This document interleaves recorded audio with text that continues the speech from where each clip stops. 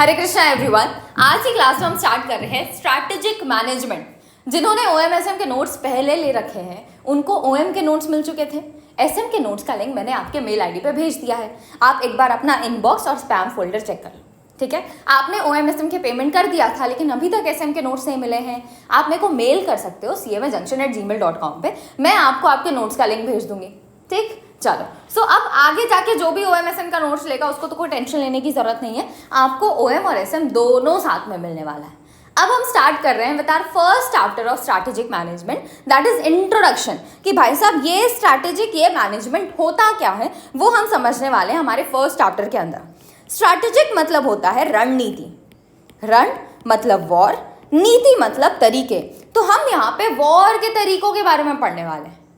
हम तो बिजनेसेस कर रहे थे ना, तो बिजनेसेस के बीच में ये वॉर के तरीके कहाँ से आ गए।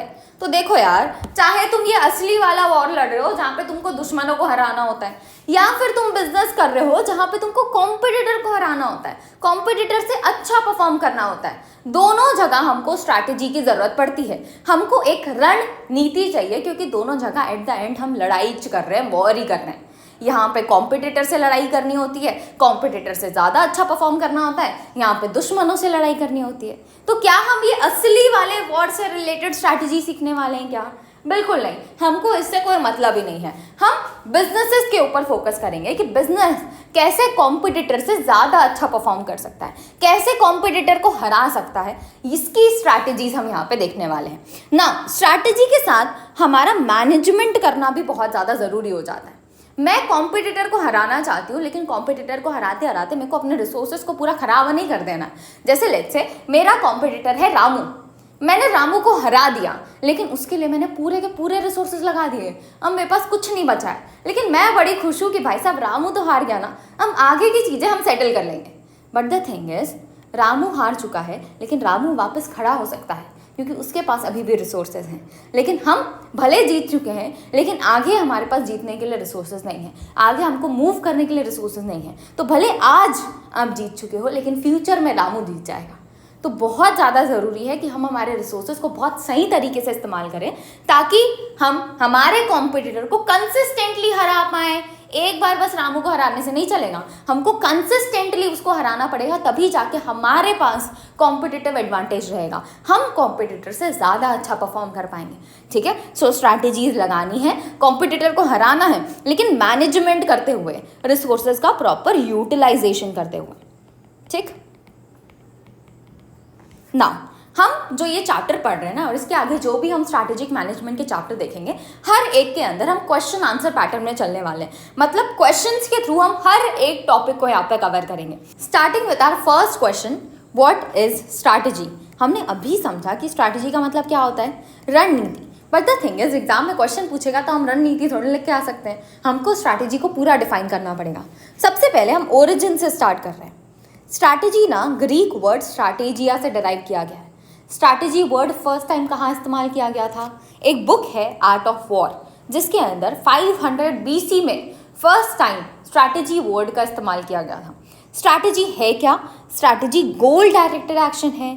जैसे लेट्स से ये है हमारा रामू जो CMA इंटर की प्रिपरेशन कर रहा है, इसका गोल क्या है पता है? CMA इंटर क्लियर करना है with an all India rank 1, जिसके लिए वो अभी मेरे साथ बैठ के यूट्यूब में पढ़ाई कर रहा है, फिर नोट से पढ़ने वाला है, फिर उसके बाद टेस्ट लेने वाला है। तो वो डिफरेंट एक्शंस परफॉर्म कर रहा है, क्यों? ताकि वो अपने गोल को अचीव कर पाए। तो उसके जो सारे एक्शंस हैं वो कैसे हैं? गोल डायरेक्टेड एक्शन है जो उसे गोल के और करीब लेके आते हैं। रामू ये एक्शंस क्यों परफॉर्म कर रहा है? ऑल इंडिया रैंक 1 लाने के लिए। अगर ऑल इंडिया रैंक 1 लाना है तो कॉम्पिटिटर से ज़्यादा अच्छा परफॉर्म करना पड़ेगा। रामू के कॉम्पिटिटर कौन है? बाकी सारे स्टूडेंट्स जो CMA इंटर का एग्जाम दे रहे हैं। रामू जब उन सब से ज़्यादा मार्क्स लेके आएगा तभी उसका ऑल इंडिया रैंक 1 आने वाला है। तो एट द एंड हमको कॉम्पिटिटर से ज़्यादा अच्छा परफॉर्म करना है। अगर हम कॉम्पिटिटर से ज़्यादा अच्छा परफॉर्म करेंगे तो एट द एंड अपने आप ऑल इंडिया रैंक 1 आएगा, है ना। तो रामू ने गोल डायरेक्टेड एक्शन लिए जिससे उसको कॉम्पिटिटर्स के ऊपर एडवांटेज मिला, वो कॉम्पिटिटर से ज़्यादा अच्छा परफॉर्म कर पाया, जिसकी वजह से वो अपने गोल को, अपने मिशन को, अपने पर्पस को अचीव कर पाया, ठीक है। सिमिलर वे में ऑर्गेनाइजेशंस भी काम करती हैं। ऑर्गेनाइजेशंस गोल डायरेक्टेड एक्शंस लेती हैं जिसकी मदद से वो कॉम्पिटिटर से ज़्यादा अच्छा परफॉर्म कर पाती हैं। इससे इनके पास कॉम्पिटिटिव एडवांटेज आता है और एज हमने कॉम्पिटिटर से ज़्यादा अच्छा परफॉर्म किया तो हम हमारे मिशन और ऑब्जेक्टिव को आराम से अचीव कर पाएंगे। ठीक है, देखो यार, हमने स्ट्रैटेजी बना दी, but the thing is strategy को अप्लाई करने के लिए हमको रिसोर्सेज चाहिए। जिस ऑर्गेनाइजेशन के पास ज़्यादा रिसोर्सेज, ज़्यादा अच्छे रिसोर्सेज होंगे, वो ज़्यादा अच्छे से अपनी स्ट्रैटेजी को अप्लाई कर पाएगा। जैसे जिसके पास ज़्यादा अच्छे ट्रेंड एम्प्लॉयज़ हैं, जिसके पास ज़्यादा कैपिटल है, जिसके पास ज़्यादा मशीन्स हैं, एडवांस्ड मशीन्स हैं, उनके पास पहले से ही एडवांटेज है, वो अपनी स्ट्रैटेजी को बहुत ईजिली और अच्छे से अप्लाई कर पाएंगे। ठीक है, तो ऑर्गेनाइजेशंस क्या करती हैं, इस रिसोर्सेज के लिए भी लड़ाई करती है कि भाई साहब हमें चाहिए ज़्यादा रिसोर्सेज। ठीक ना, स्ट्रैटेजी जो है ना वो छोटे मोटे पीरियड के लिए नहीं बनाते हैं कि लेट्स से 1 महीना 2 महीने के लिए स्ट्रैटेजी बना लो, बिल्कुल नहीं। हम लॉन्ग पीरियड ऑफ टाइम के लिए बनाते हैं, जैसे 1 साल, 5 साल, 10 साल, 15 साल। पर एक बात बताओ यार, अगर तुम इतने लंबे पीरियड के लिए स्ट्रैटेजी बनाओगे तो क्या इतने लंबे पीरियड में आपके आसपास का इन्वायरमेंट सेम रहने वाला है क्या? मेरे ऑर्गेनाइजेशन के अंदर, मेरे ऑर्गेनाइजेशन के बाहर बहुत सारे चेंजेस आ जाएंगे। जैसे अभी देख लो यार, हमारे 2 साल पहले हमारे पास कोई चैट जीपीटी, जेमिनी वगैरह नहीं था, जिसकी वजह से अगर कुछ भी रिसर्च करना होता तो भयानक टाइम लगता। लेकिन अब चीज़ें बहुत ज़्यादा सिंपल हो चुकी हैं। 2 साल के अंदर ही इन्वायरमेंट में बहुत चेंज आ गया है। तो सोचो 10-15 साल में कितना चेंज आ जाएगा। तो हमें क्या करना पड़ता है, अपनी स्ट्रैटेजी को, अपने रिसोर्सेज को जैसा इन्वायरमेंट में चेंज आया उसके हिसाब से अडाप्ट करना पड़ता है, ताकि हम कॉम्पिटिटिव एडवांटेज हमेशा गेन करते रहे, हमेशा सस्टेन करके रखें, मेंटेन करके रखें। अगर मेरे पास पहले से कॉम्पिटिटिव एडवांटेज है तो उसके लिए क्या करना पड़ेगा, रिसोर्सेज को अकॉर्डिंग टू इन्वायरमेंट चेंज करना पड़ेगा, अडाप्ट करना पड़ेगा। ठीक है, अगर मैं ये सारे काम कर लेती हूँ तो एट द एंड मेरा स्टेक होल्डर आराम से मेरे से खुश रहने वाला है ना। स्टेक होल्डर मतलब क्या होता है? स्टेक होल्डर मतलब वो लोग जो मेरी ऑर्गेनाइजेशन से कनेक्टेड हैं, जैसे एम्प्लॉयज़, जैसे हमारे कस्टमर्स, जैसे हमारे शेयर होल्डर्स, ये सारे लोग ऑर्गेनाइजेशन से कनेक्टेड हैं। अगर ऑर्गेनाइजेशन अच्छा परफॉर्म कर रही है, कॉम्पिटिटर से ज़्यादा अच्छा परफॉर्म कर रही है, तो वैसे ही मेरे सारे के सारे स्टेक होल्डर्स खुश रहने वाले हैं। ठीक है, तो स्ट्रैटेजी हम लॉन्ग टर्म के लिए बनाते हैं। लॉन्ग टर्म में इन्वायरमेंट चेंज हो सकता है, जिसके लिए हमको हमारे रिसोर्सेज को भी अकॉर्डिंग टू इन्वायरमेंट अडाप्ट करना पड़ता है। अगर हम ये सारी चीज़ें करेंगे तो हमको एडवांटेज मिलेगा ओवर कॉम्पिटिटर्स, और इससे हम हमारे स्टेक होल्डर्स की एक्सपेक्टेशन को फुलफिल कर पाएंगे। एक अच्छी स्ट्रैटेजी किसे बोला जाएगा? जिसकी मदद से आप सुपीरियर परफॉर्मेंस गेन कर पाते हो। और एक सुपीरियर परफॉर्मेंस गेन करने वाली स्ट्रैटेजी बनाने के लिए हमको 3 स्टेप प्रोसेस फॉलो करना पड़ता है। सबसे पहले डायग्नाइज करो कॉम्पिटिटिव चैलेंज, पता करो कि कौन आपके कॉम्पिटिटर्स हैं, उनकी स्ट्रेंथ, उनकी वीकनेसेस क्या है, हमारी स्ट्रेंथ वीकनेसेस क्या है। कंपेयर करो कि कैसे कॉम्पिटिटर ज़्यादा अच्छा परफॉर्म कर पा रहा है और मैं कम परफॉर्म कर पा रही हूँ, हमारी ऑर्गेनाइजेशन के अंदर क्या इश्यूज़ हैं। इश्यूज़ फाइंड आउट करने के बाद उसके तरीके फाइंड आउट करो कि कैसे इसको हम सही कर सकते हैं। ये सारा फाइंड आउट करने के बाद क्या मैनेजर सारा ज्ञान अपने पास ही रखेगा क्या? बिल्कुल नहीं। अगर आपको एक्चुअल में ऑर्गेनाइजेशन को अच्छा बनाना है, कॉम्पिटिटर से ज़्यादा अच्छा परफॉर्म करना है, तो बहुत ज़्यादा ज़रूरी है कि ये जो सारा ज्ञान मैनेजर ने कलेक्ट किया ना, वो बाकी सारे एम्प्लॉयज़ के साथ भी शेयर करे। जिसके लिए मैनेजर क्या करेगा, एक गाइडिंग पॉलिसी बनाएगा, जिसके अंदर लिखेगा वो कि हमारे कॉम्पिटिटर की ये स्ट्रेंथ है, हमारी ऑर्गेनाइजेशन के अंदर ये इश्यूज़ हैं जिसको हम इस तरीके से ठीक कर सकते हैं। ये सारी चीज़ें ऑर्गेनाइजेशन में एम्प्लॉयज़ को बताने से क्या फ़ायदा मिलेगा? सारे के सारे लोग अब मिल के कॉम्पिटिटर को हराने पे फोकस कर सकते हैं। पहले सिर्फ मैनेजर को सारा ज्ञान था, अब सबको पता है, तो सबका सिर्फ एक गोल हो गया कि भाई साहब हमको तो कॉम्पिटिटर को हराना है और ये सारे तरीकों से हराना है। ठीक है ना।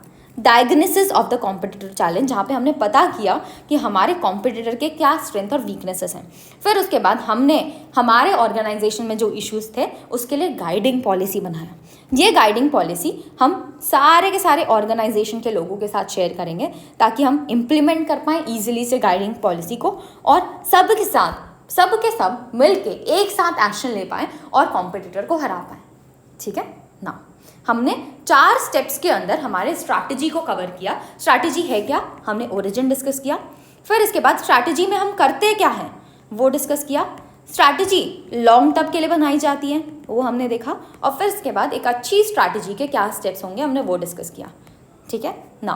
Moving forward to what are the characteristics of strategy, या फिर स्ट्रैटेजिक डिसीजन। जो हम स्ट्रैटेजी बना रहे हैं, जो हम स्ट्रैटेजिक डिसीजन ले रहे हैं, उसके अंदर क्या इंपॉर्टेंट कैरेक्टरिस्टिक्स होने चाहिए। सबसे पहली बात तो भाई साहब, स्ट्रैटेजी हम छोटे मोटे पीरियड के लिए नहीं बनाते, हम लॉन्ग टर्म के लिए स्ट्रैटेजीज बनाते हैं। स्ट्रैटेजी की मदद से हमें कॉम्पिटिटिव एडवांटेज मिलता है, हम कॉम्पिटिटर से ज़्यादा अच्छा परफॉर्म कर पाते हैं। स्ट्रैटेजीज़ की मदद से हम हमारे स्कोप में रह के सारी एक्टिविटीज़ परफॉर्म कर पाते हैं। स्ट्रैटेजीज़ जब हम बना रहे हैं ना, तो सबसे पहले हम पता करेंगे कि हमारी ऑर्गेनाइजेशन आखिरकार चाहती क्या है। जैसे लेट्स से मैं मैगी बनाती हूँ, मेरा काम ही मैगी बनाना है, लेकिन मेरा मन, हम इंसानों का मन इधर उधर डोलता रहता है, ठीक है। मैं काम भले मैगी का कर रही हूँ, लेकिन मेरा मन कर रहा है कि वहाँ रेस्टोरेंट वाले में जो कॉम्पिटिटर है ना, उसको कैसे हराना है, मैं उसके बारे में सोच रही हूँ। लेकिन स्ट्रैटेजी मुझे बताता है कि भाई साहब देख, तेरा काम मैगी बनाना है, देखो मैगी वाले बाकी सारे कॉम्पिटिटर्स को हराने की ज़रूरत है, तू अपने काम पे फोकस कर, बिना मतलब रेस्टोरेंट वाले काम पे ध्यान मत दे, ठीक है ना। हम with the help of strategy अपने रिसोर्सेज को अपने इन्वायरमेंट से मैच कर सकते हैं। मैं मैगी बनाने वाले एरिया में काम कर रही हूँ, तो इस जगह पे कैसे कॉम्पिटिटर को हराया जाए, मैं उसमें अपने रिसोर्सेज लगाने वाली हूँ। कैसे अपने प्रोडक्शन के तरीके को इम्प्रूव किया जाए, मैं उसमें अपने रिसोर्सेज लगाने वाली हूँ। इसमें मेरा स्ट्रैटेजी मुझे हेल्प करता है। स्ट्रैटेजी मुझे बचाता है भटकने से, बाकी सारे एरिया में जाने से। हमको वो बताता है कि भाई साहब देख, तेरा स्कोप ये है, तो स्कोप के हिसाब से एक्टिविटी कर, और जो स्कोप है उसी जगह पे अपने रिसोर्सेज को लगाओ, ठीक है। नेक्स्ट, स्ट्रैटेजी की मदद से हम अपने रिसोर्सेज को स्ट्रेच करते हैं। देखो यार, organisation day to day activities में स्ट्रैटेजी नहीं बनाती। डे टू डे एक्टिविटी में जैसे लेट्स से मैं मैगी बना रही हूँ, तो मेरा काम है रॉ मटेरियल परचेस करके लेके आना, फिर उसके बाद मैन्युफैक्चर करना, और उसके बाद सेल करना। मैं normally day to day activities में सिर्फ यही करती हूँ। बट सोचो यार, अगर तुमको लॉन्ग टर्म में ग्रो करना है, तो बहुत ज़्यादा ज़रूरी है कि अपनी डे टू डे एक्टिविटी से हटो, थोड़ा सा अलग से टाइम निकालो, अलग से रिसोर्सेज निकालो, जिनकी मदद से तुम स्ट्रैटेजी को बनाओगे और इम्प्लीमेंट करोगे। तो हमें अगर स्ट्रैटेजी बनानी है, तो अपने रिसोर्सेज को स्ट्रेच करना पड़ेगा, तभी जाके हम नई अपॉर्चुनिटीज़ लेके आ पाएंगे और उनको कैपिटलाइज कर पाएंगे, ठीक है ना। स्ट्रैटेजीज़ के लिए हमको मेजर रिसोर्स चेंज करना पड़ता है। जैसे लेट्स से पहले हम ऑफलाइन काम करते थे, अब हम ऑनलाइन जाना चाहते हैं। ऑनलाइन जाना चाहते हैं तो मैं पहले ऑफलाइन की जो दुकान खोल के बैठी थी, अब मेरे को उसकी ज़रूरत नहीं है, अब मेरे को एक ऐप की ज़रूरत है। तो मेरा रिसोर्स कितना ज़्यादा चेंज हुआ, वो दुकान कोई काम की नहीं, अब मेरे को एक नया ऐप बनाना पड़ेगा। तो मेजर रिसोर्स चेंज लगता है जब आप स्ट्रैटेजी को अपनी ऑर्गेनाइजेशन में अप्लाई करते हो। नेक्स्ट, ये हमारे ऑपरेशनल डिसीजन को भी अफेक्ट करती है। मैं पहले ऑफलाइन काम करती थी, तो मेरा काम था आराम से बैठो दुकान में, जब जो आ रहा है उसको सामान पकड़ा, हो गया काम खत्म।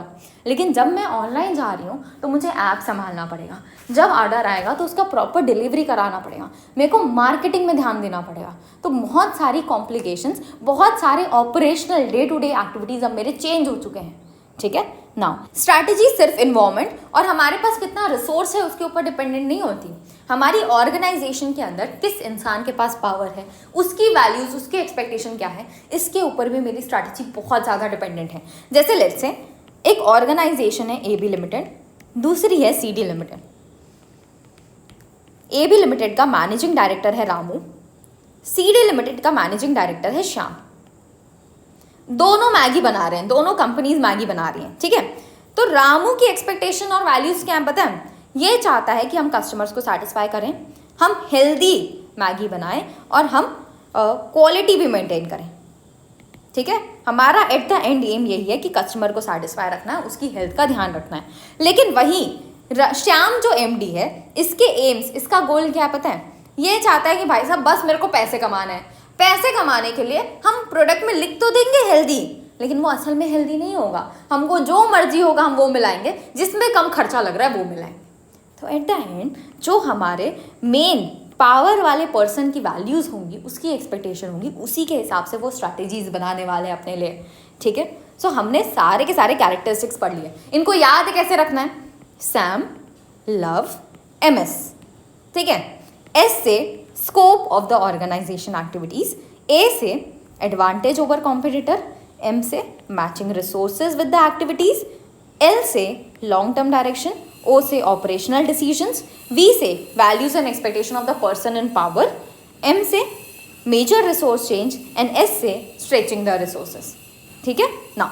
Moving forward to consequences of strategic decision. देखो यार, तुमको अगर इतनी बढ़िया स्ट्रैटेजी चाहिए ना, जिसके अंदर ये सारे के सारे कैरेक्टरिस्टिक्स हों, तो हमको इसके कुछ कंसिक्वेंसेज भी बेयर करने पड़ते हैं। सबसे पहला कंसिक्वेंस, हमारी स्ट्रैटेजीज कॉम्प्लेक्स होती हैं। इतनी सारी बढ़िया बढ़िया चीज़ें चाहिए तो कॉम्प्लिकेटेड तो ऑफकोर्स होंगी, ठीक है।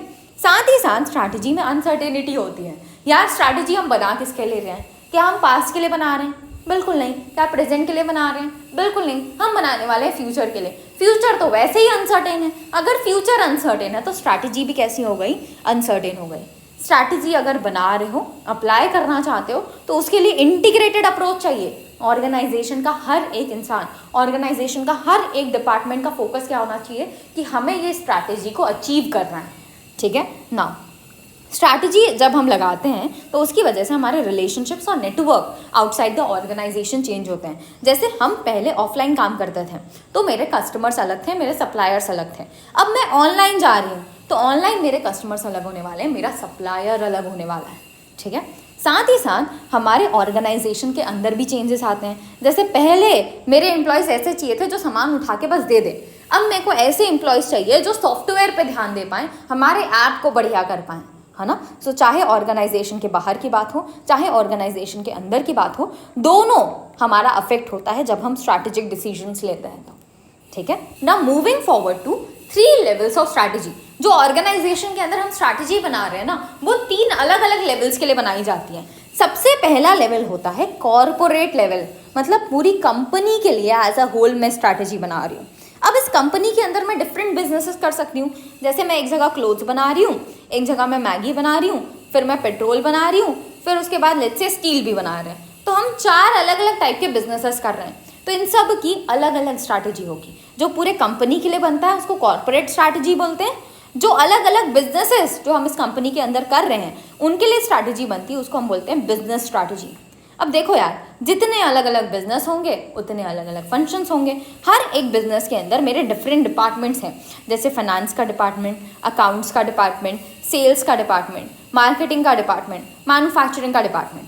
ये हर एक जो फंक्शन में हर एक बिजनेस के अंदर परफॉर्म कर रही हूँ, इन सब के लिए भी मैं स्ट्रैटेजी बनाऊंगी।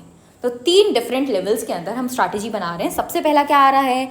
कॉर्पोरेट स्ट्रैटेजी, जो हमारे ओवरऑल पर्पस एंड स्कोप के बारे में बताती है कि मेरे पूरे के पूरे कंपनी का पर्पस क्या है, मेरे कंपनी का स्कोप क्या है।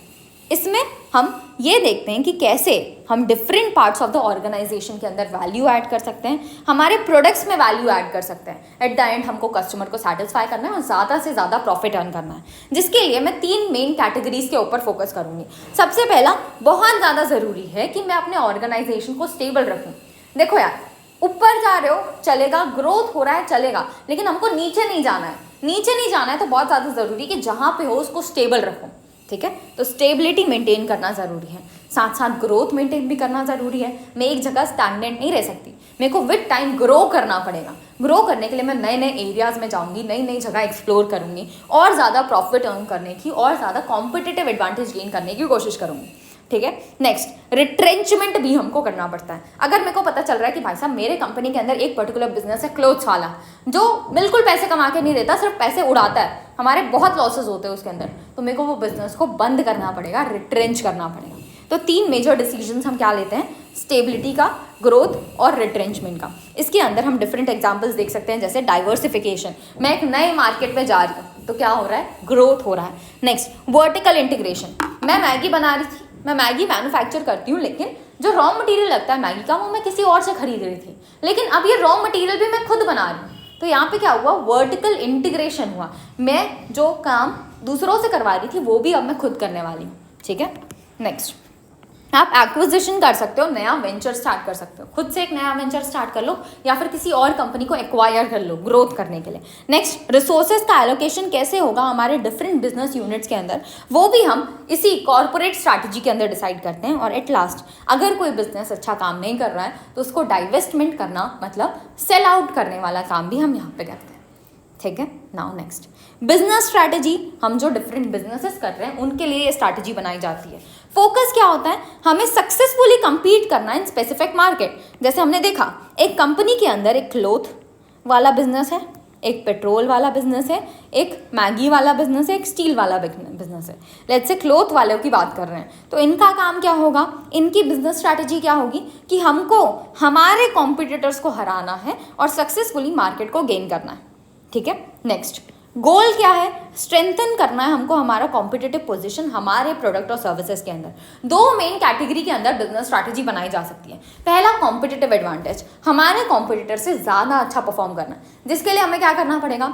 ये मेरा कॉम्पिटिटर है, ये मैं हूँ, हम दोनों अभी सेम पोजीशन के अंदर हैं। अगर मेरे को कॉम्पिटिटिव एडवांटेज चाहिए तो सबसे पहला काम मैं कर सकती हूँ कि कम प्राइस में सेम क्वालिटी का प्रोडक्ट पहुँचाऊँ। जैसा मेरा कॉम्पिटिटर दे रहा है सेम क्वालिटी का मैं प्रोडक्ट दे रही हूँ लेकिन कम प्राइस में, तो सारे कस्टमर्स मुझे प्रेफर करेंगे क्योंकि मैंने प्राइस कम कर लिया है।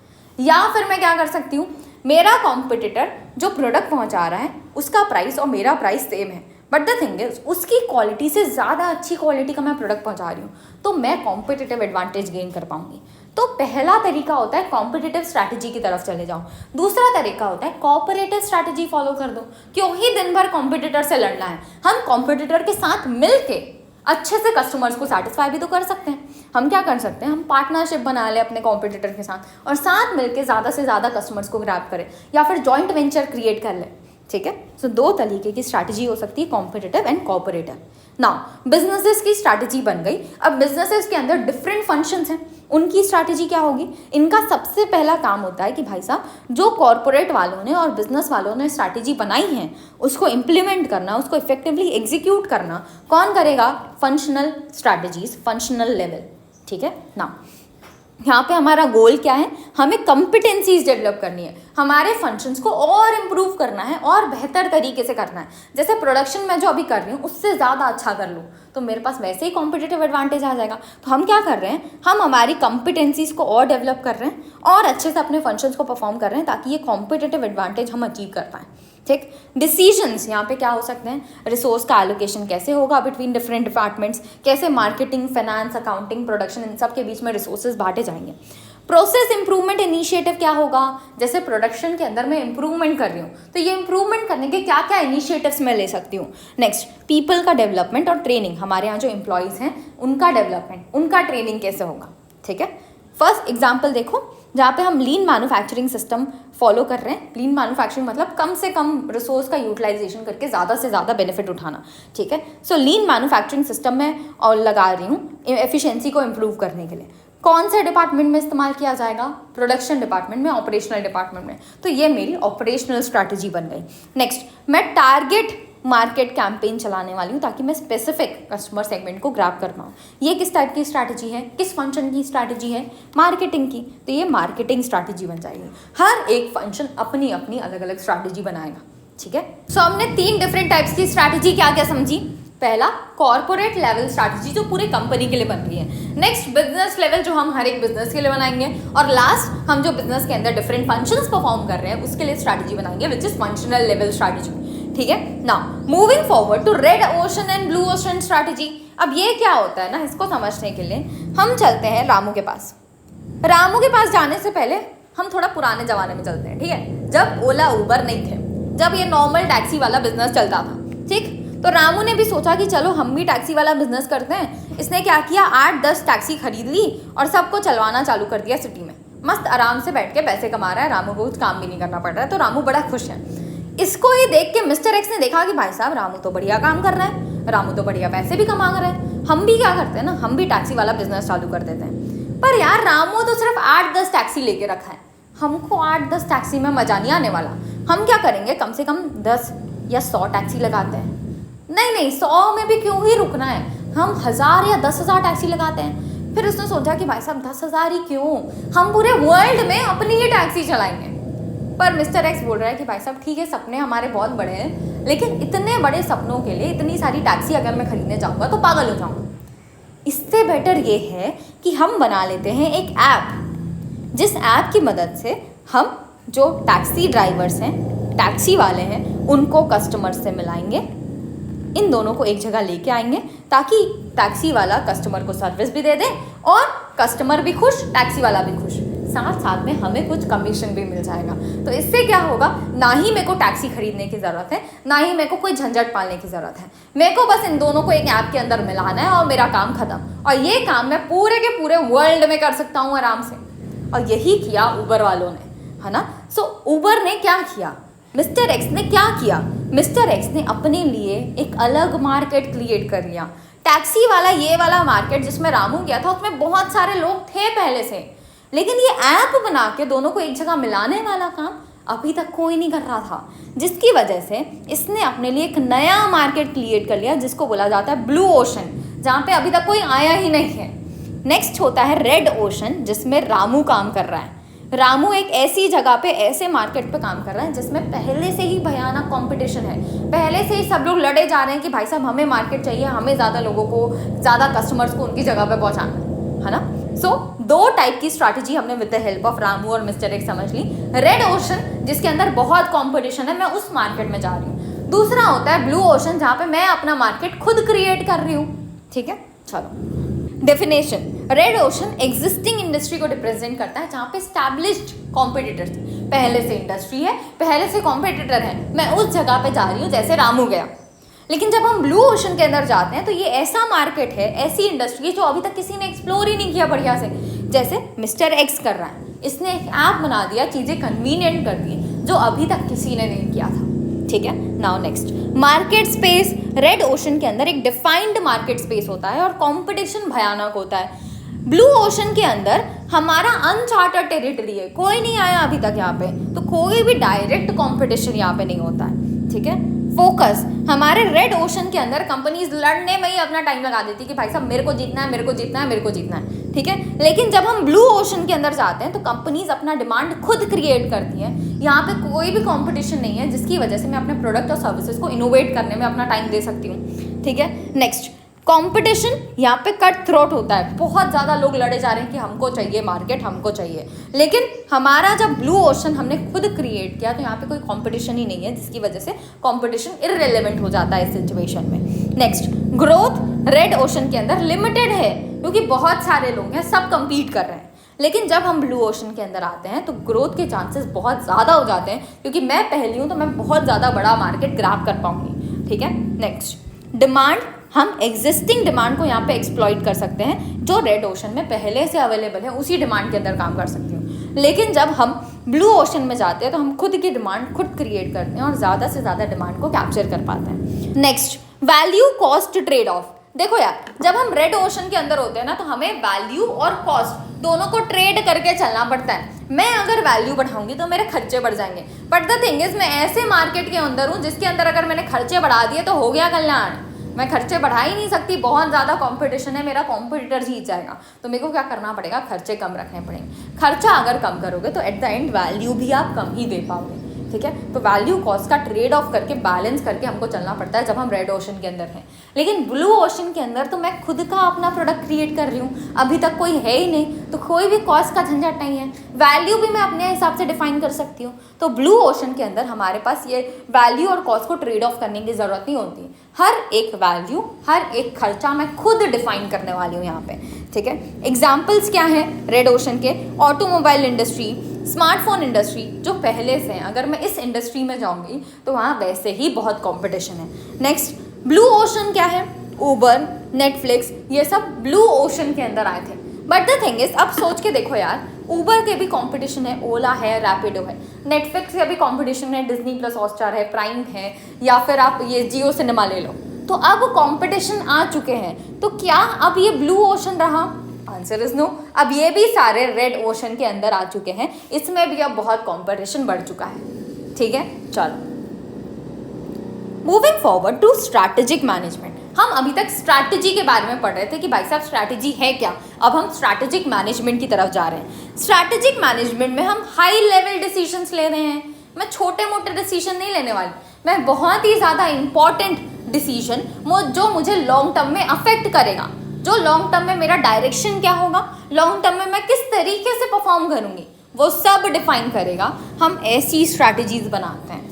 So strategy refers to the process of making high level decisions and taking action जो शेप करने वाले हैं मेरे ऑर्गेनाइजेशन का लॉन्ग टर्म डायरेक्शन और मेरे ऑर्गेनाइजेशन का परफॉर्मेंस लॉन्ग टर्म में कैसे होगा। ठीक है, स्ट्रैटेजिक मैनेजमेंट ने कॉर्पोरेट प्लानिंग को रिप्लेस कर दिया है। पहले ना ऑर्गेनाइजेशन ये स्ट्रैटेजिक मैनेजमेंट नहीं करती थी, पहले कॉर्पोरेट प्लानिंग हुआ करती थी। क्यों, समझना यार, दो इन्वॉल्वमेंट हम देख रहे हैं, पहला अर्लियर वाला, दूसरा अभी प्रेजेंट वाला इन्वॉल्वमेंट कैसा है। ठीक है, अगर अर्लियर वाले की बात करें तो पहले क्या हुआ करता था, पहले इंडस्ट्रीज राजा हुआ करती थी। इंडस्ट्रीज राजा क्यों हुआ करती थी? क्योंकि भाई साहब ज़्यादा कंपटीशन नहीं था, बहुत कम कंपनीज थी जो प्रोडक्ट प्रोवाइड करती थी, तो इंडस्ट्रीज और कंपनीज राजा हुआ करती थी, और जो हमारे कस्टमर्स हैं वो प्रजा हुआ करती थी। वो बोलती थी कि भाई साहब तुम जो दोगे हम वो ले लेंगे, क्योंकि हमारे पास कोई और ऑप्शन अवेलेबल ही नहीं है, जिसकी वजह से कंपनीज का कोई ज़्यादा कंपटीशन नहीं होता था। कंपनीज का ज़्यादा कंपटीशन नहीं होने की वजह से कंपनी सिर्फ अपने लॉन्ग टर्म डायरेक्शन पे ध्यान देती थी कि भाई साहब हमें लॉन्ग टर्म डायरेक्शन पे क्या करना है, हमको कोई कंपटीशन से मतलब ही नहीं है, क्योंकि कंपटीशन ही नहीं है। लेकिन आजकल का प्रेजेंट इन्वायरमेंट क्या है? आजकल कस्टमर्स राजा है लेकिन कंपनीज प्रजा है। अब कंपनीज बोलती है कि भाई साहब मेरा प्रोडक्ट ले लो, मेरा प्रोडक्ट ले लो, मेरा प्रोडक्ट ले लो, और कस्टमर बोलते हैं कि भाई साहब जो अच्छा प्रोडक्ट देगा हम उसका लेंगे, है ना। तो कस्टमर्स राजा हो गए हैं, कंपनी प्रजा हो गई है। क्यों? क्योंकि बहुत सारी कंपनीज हैं, बहुत सारे कॉम्पिटिटर्स हैं, बहुत सारे लोग हैं जो प्रोडक्ट बेच रहे हैं, जिसकी वजह से कंपटीशन बहुत ज़्यादा बढ़ गया। और अगर कंपटीशन ज़्यादा है तो हमें स्ट्रैटेजीज की ज़रूरत होगी। स्ट्रैटेजी की ज़रूरत कहाँ पड़ती है? जहाँ पे कंपटीशन हो। इसीलिए एज अब कस्टमर राजा है, कंपनीज बहुत सारी हैं जो प्रजा बन चुकी हैं, इनके अंदर बहुत कंपटीशन है, तो यहाँ पे हमें स्ट्रैटेजिक मैनेजमेंट की ज़रूरत पड़ती है। ठीक है। Corporate planning is focused on internal goals. Corporate planning के अंदर हम इंटरनल गोल्स के ऊपर फोकस करते हैं, जैसे लॉन्ग टर्म डायरेक्शन कंपनी का क्या होगा, हमको यहाँ पे कॉम्पिटिटर से कोई मतलब ही नहीं है। लेकिन स्ट्रैटेजिक मैनेजमेंट में हम एक स्टेप फर्दर जाते हैं, हम कॉम्पिटिटिव इन्वायरमेंट को एक्नॉलेज करते हैं और एम करते हैं कि हम कैसे कॉम्पिटिटर से ज़्यादा अच्छा परफॉर्म कर पाएँ। ठीक है। Next question, what do you understand the objectives of strategic management. हम जो ये स्ट्रैटेजीज बना रहे हैं, उसका मैनेजमेंट कर रहे हैं, इसका क्या ऑब्जेक्टिव है, क्यों किया जा रहा है ये? तो देखो यार, with the help of strategy हम अपॉर्चुनिटीज आइडेंटिफाई कर सकते हैं। जैसे रामू ना पहले ऑफलाइन पढ़ाता था, अब इसने अपनी ऑर्गेनाइजेशन में स्ट्रैटेजी लगाई, इसको पता चला कि भाई साहब सारे कॉम्पिटिटर्स ऑनलाइन चले गए हैं। सारे कॉम्पिटिटर्स ऑनलाइन इसलिए गए हैं ताकि ज़्यादा से ज़्यादा स्टूडेंट्स को ग्रैब कर पाएँ। तो रामू ने भी बोला कि भाई साहब हम ऑनलाइन से हट के अब ऑनलाइन जाएंगे। तो रामू ने क्या किया, एक अपॉर्चुनिटी जो पहले से अवेलेबल थी उसको आइडेंटिफाई किया with the help of strategy. अब अपॉर्चुनिटी पता चल गई है, तो इसमें क्या करना पड़ेगा, हमको ज़्यादा से ज़्यादा रिसोर्सेज लगाने पड़ेंगे ताकि इस अपॉर्चुनिटी का हम ज़्यादा से ज़्यादा फ़ायदा उठा पाएँ।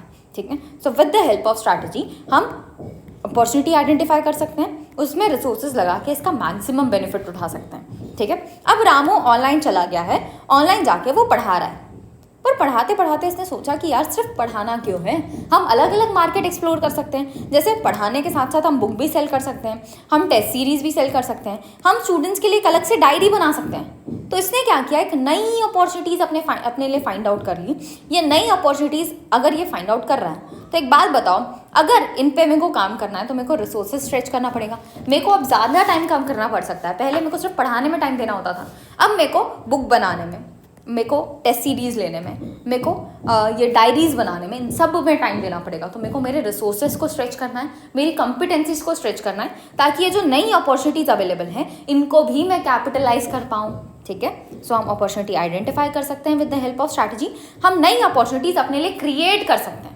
इसके साथ साथ स्ट्रैटेजिक मैनेजमेंट मैनेजर्स की अंडरस्टैंडिंग भी इम्प्रूव करता है, इनके एक्शंस का रिजल्ट्स पे, परफॉर्मेंस पे क्या इम्पैक्ट होगा, साथ ही साथ एक्सटर्नल इन्वायरमेंट में जो चेंजेस आ रहे हैं उनका इनकी परफॉर्मेंस में क्या इम्पैक्ट होगा, इनको इसकी क्लियर अंडरस्टैंडिंग आने लग जाती है जब ये स्ट्रैटेजिक मैनेजमेंट को फॉलो करते हैं। ठीक है। नेक्स्ट हमें कॉम्पिटिटिव एडवांटेज देता है, जो हमने पहले ही देख लिया है। स्ट्रैटेजी लगाओगे तो स्ट्रैटेजी लगा ही हम इसीलिए रहे हैं कि हमको कॉम्पिटिटर से ज़्यादा अच्छा परफॉर्मेंस मेंटेन कर पाएँ। ठीक है। नेक्स्ट, ये हमारी कॉम्पिटिटिव पोजीशन को इम्प्रूव करता है। कैसे इम्प्रूव करता है? जब आप इन्वायरमेंटल चेंजेस के हिसाब से अपने रिसोर्सेज को अडॉप्ट करते हो तो आपकी कॉम्पिटिटिव पोजीशन भी इम्प्रूव होती है, और स्ट्रैटेजिक मैनेजमेंट हमको रिसोर्सेज के हिसाब से अडॉप्ट करना सिखाता है। नेक्स्ट, ये हमें रिस्पॉन्सिव रहने में हेल्प करता है टू की स्टेक होल्डर्स नीड्स। जो हमारे स्टेक होल्डर्स हैं, जो लोग हमारी ऑर्गेनाइजेशन से कनेक्टेड हैं, हम उसकी नीड को फुलफिल कर पाते हैं। कैसे? जब हम कॉम्पिटिटिव एडवांटेज लेके आएंगे, कॉम्पिटिटर से ज़्यादा अच्छा परफॉर्म करेंगे, तो एट द एंड मेरे सारे के सारे स्टेक होल्डर्स खुश रहेंगे, उनकी नीड्स फुलफिल होगी। स्ट्रैटेजिक मैनेजमेंट की मदद से हम critical success factors find out कर सकते हैं, ऐसे फैक्टर्स जो मुझे कॉम्पिटिटिव एडवांटेज दिलाएंगे, साथ ही साथ मेरे कस्टमर्स को सेटिस्फाइड भी रखेंगे। तो कौन कौन से ऐसे फैक्टर्स होंगे? जैसे प्राइस को कम करना, वैल्यू बढ़ाना, क्वालिटी बढ़ाना, ये सब मेरे कस्टमर्स को सेटिस्फाइड रख सकते हैं और साथ साथ मेरे को कॉम्पिटिटर से ज़्यादा अच्छा परफॉर्म करने में हेल्प कर सकते हैं। नेक्स्ट, हम with the help of strategy competitive advantage gain कर सकते हैं और इस कॉम्पिटिटिव एडवांटेज को कंटिन्यूसली इंप्रूव किया जा सकता है, कंटिन्यूसली मेंटेन किया जा सकता है अगर आप स्ट्रैटेजी को कंटिन्यूसली फॉलो कर रहे हो तो। ठीक है, हम चेंज को एम्ब्रेस कर पाते हैं, हम चेंज को एक्सेप्ट कर पाते हैं क्योंकि स्ट्रैटेजिक मैनेजमेंट हमें सिखाता है कि भाई साहब इन्वायरमेंट तो चेंज ही होता रहेगा, तो तुमको उसके हिसाब से एक्सेप्ट करना पड़ेगा, तभी तुम कॉम्पिटिटिव रह पाओगे, तभी तुम सर्वाइव कर पाओगे। जैसे अब एआई आ गया है, जो लोग इसके हिसाब से अपने आप को चेंज कर लेंगे वो सर्वाइव कर जाएंगे, जो इसको बोलेंगे कि भाई साहब ये तो थ्रेट है, हमको जाना ही नहीं है इसकी तरफ, वो फिर हार भी सकते हैं, है ना। तो आपको अपना एनवायरनमेंट चेंज करने की ज़रूरत है। जैसे एनवायरनमेंट में चेंजेस आ रहे हैं वैसे इंटरनली अपने ऑर्गेनाइजेशन के अंदर, इंटरनली अपने एनवायरनमेंट के अंदर चेंजेस करने पड़ेंगे। ठीक है, next, to develop a creative and innovative attitude and to think strategically, हमें सिखाता है स्ट्रैटेजी कि हम क्रिएटिव और इनोवेटिव एटीट्यूड रखें ताकि जो भी हमारा ऑब्जेक्टिव है उसको ईजिली हम अचीव कर पाए। ठीक है ना, क्या क्या समझा हमने? आइडेंटिफाई करो अपॉर्चुनिटीज़, क्रिएट करो अपॉर्चुनिटीज़, अंडरस्टैंडिंग मैनेजर की इंप्रूव होती है, कॉम्पिटिटिव एडवांटेज मिलता है, कंपटीशन हम इंप्रूव कर सकते हैं अगर हम चेंज के हिसाब से, इन्वायरमेंट में चेंज के हिसाब से अपने रिसोर्सेज को अडॉप्ट कर ले तो हम रिस्पॉन्सिव रह सकते हैं स्टेक होल्डर्स की नीड के साथ, क्रिटिकल सक्सेस फैक्टर्स हम आइडेंटिफाई कर सकते हैं, हम कंटिन्यूसली इंप्रूव कर सकते हैं अपना कॉम्पिटिटिव एडवांटेज, चेंज को एम्ब्रेस कर सकते हैं और क्रिएटिव और इनोवेटिव एटीट्यूड रख सकते हैं with the help of strategic management. ठीक है, now next question, what are the 4 basic elements of strategic management? हम जो ये स्ट्रैटेजिक मैनेजमेंट कर रहे हैं ना, उसके लिए हमको 4 मेजर स्टेप्स फॉलो करने पड़ते हैं, तभी हमारी स्ट्रैटेजीज का हमको मैक्सिमम बेनिफिट मिलता है। ठीक है, सबसे पहले हम इन्वायरमेंट को स्कैन करेंगे, पता करेंगे कि हमारे इन्वायरमेंट में क्या हो रहा है, कैसे हो रहा है, हमें कैसे अफेक्ट कर रहा है, जिसके लिए सबसे पहले मॉनिटर किया जाएगा कि एक्सटर्नल इन्वायरमेंट, इंटरनल इन्वायरमेंट में क्या चल रहा है।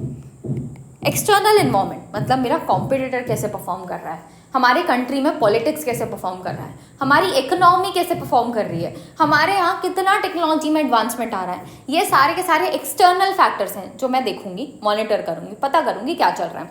साथ ही साथ हम ऑर्गेनाइजेशन के अंदर भी देखेंगे कि ऑर्गेनाइजेशन की स्ट्रेंथ क्या क्या है, क्या क्या वीकनेसेस हैं, क्या क्या प्रॉब्लम है हमारी ऑर्गेनाइजेशन के अंदर। सब चीज़ें पता करने के बाद अब इवैल्यूएट किया जाएगा कि क्या क्या इश्यूज़ हैं हमारी ऑर्गेनाइजेशन में, उसको कैसे इंप्रूव किया जा सकता है और इन्वायरमेंट में जो हमको एक्स्ट्रा अपॉर्चुनिटीज़ मिल रही हैं उनका कैसे फ़ायदा उठाया जाए।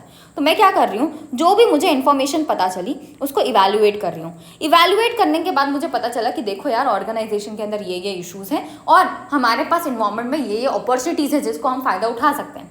जो भी इन्फॉर्मेशन मिली इसको डिससेमिनेट किया जाएगा, मतलब बांटा जाएगा किसके बीच में, key people of the organisation, जो हमारे ऑर्गेनाइजेशन के इंपॉर्टेंट लोग हैं, हम उनको बताएंगे कि देखो यार, हमारी ऑर्गेनाइजेशन में ये प्रॉब्लम है और इन्वायरमेंट में ये अपॉर्चुनिटीज अवेलेबल है। ठीक है, सो सबसे पहला काम पता किया हमने कि क्या चल रहा है एक्सटर्नल और इंटरनल इन्वायरमेंट में। जो भी हमें पता चला उसको हमने इवैल्यूएट किया। इवैल्यूएट करने के बाद जो इन्फॉर्मेशन आई उसको बांटा किसके बीच में, key people within the organisation में। ऑर्गेनाइजेशन के इंपॉर्टेंट लोगों को ये इन्फॉर्मेशन बताने वाली हूँ।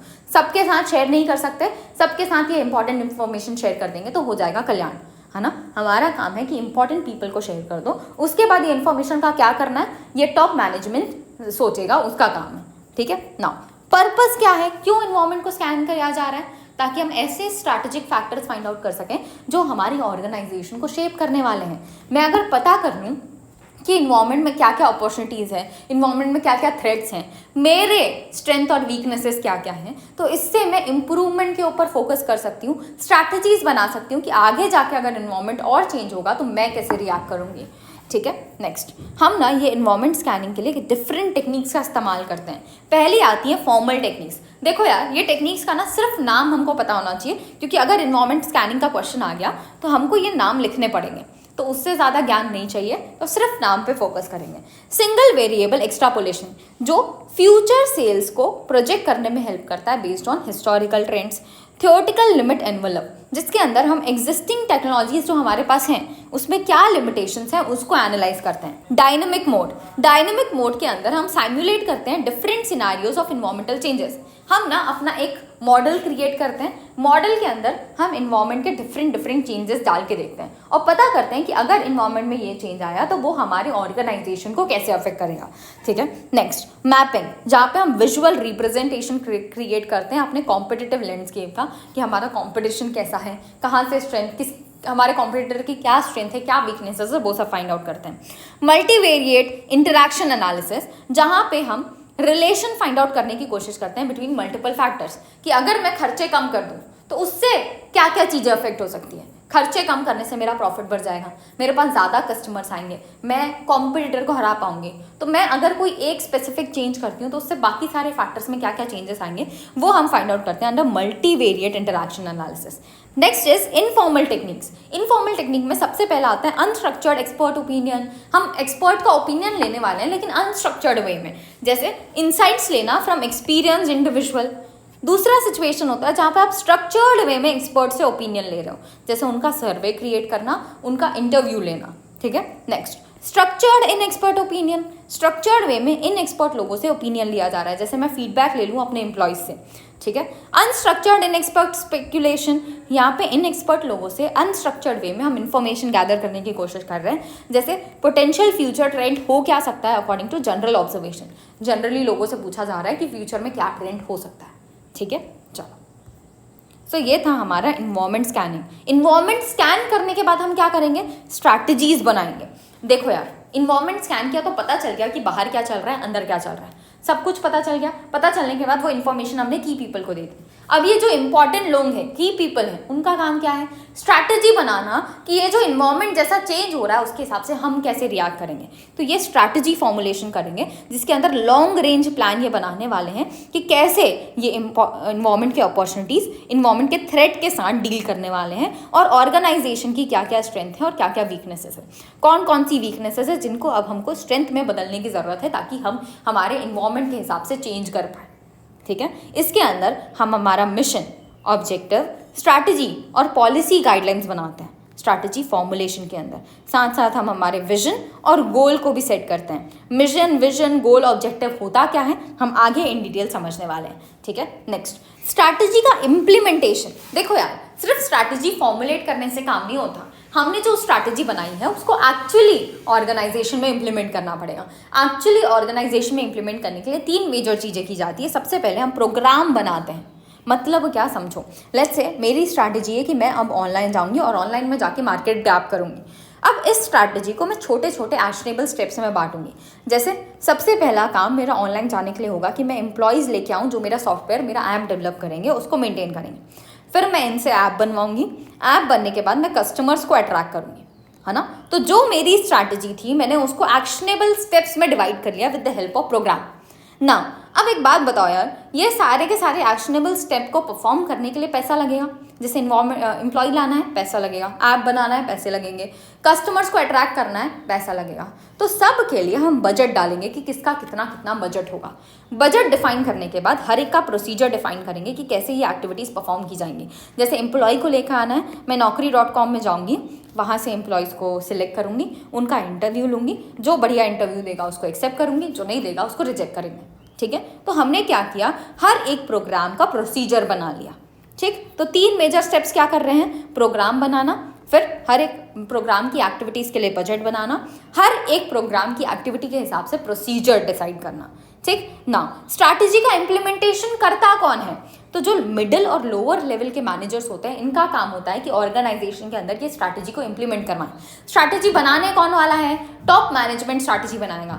जो भी टॉप मैनेजमेंट ने स्ट्रैटेजी बनाई है उसको इम्प्लीमेंट कौन करवाएगा, middle and lower level managers. अब ये जो टॉप मैनेजमेंट की स्ट्रैटेजी है ना, उसको इम्प्लीमेंट करने के लिए भी ये मिडिल और लोअर लेवल मैनेजर्स अपनी खुद की स्ट्रैटेजी बनाते हैं कि कैसे हम ये टॉप लेवल मैनेजर्स की स्ट्रैटेजी को इम्प्लीमेंट करेंगे, ठीक है।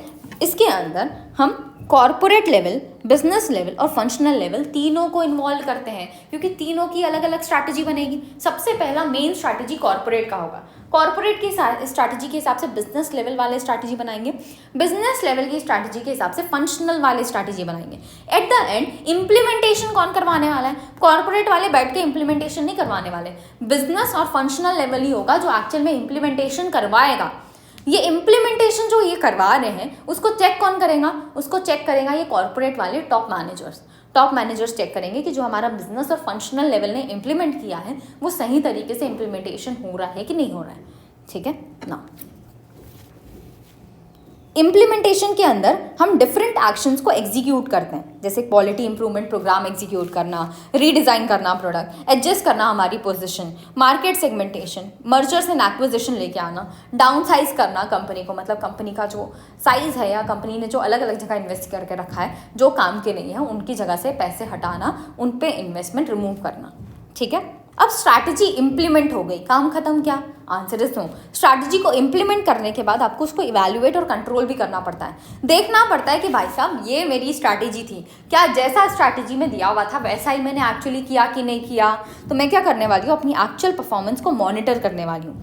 फिर एक्चुअल परफॉर्मेंस को हम डिजायर्ड परफॉर्मेंस जैसा स्ट्रैटेजी में लिखा है उससे कंपेयर करेंगे और पता करेंगे कि स्ट्रैटेजी में जैसा लिखा है वैसा ही एक्चुअल चल रहा है कि नहीं चल रहा है। अगर कोई प्रॉब्लम होगी, अगर एक्चुअल डिजायर्ड से मैच नहीं करेगा तो उस केस में हम करेक्टिव एक्शन लेंगे ताकि इन प्रॉब्लम्स को हम रिजॉल्व कर पाए।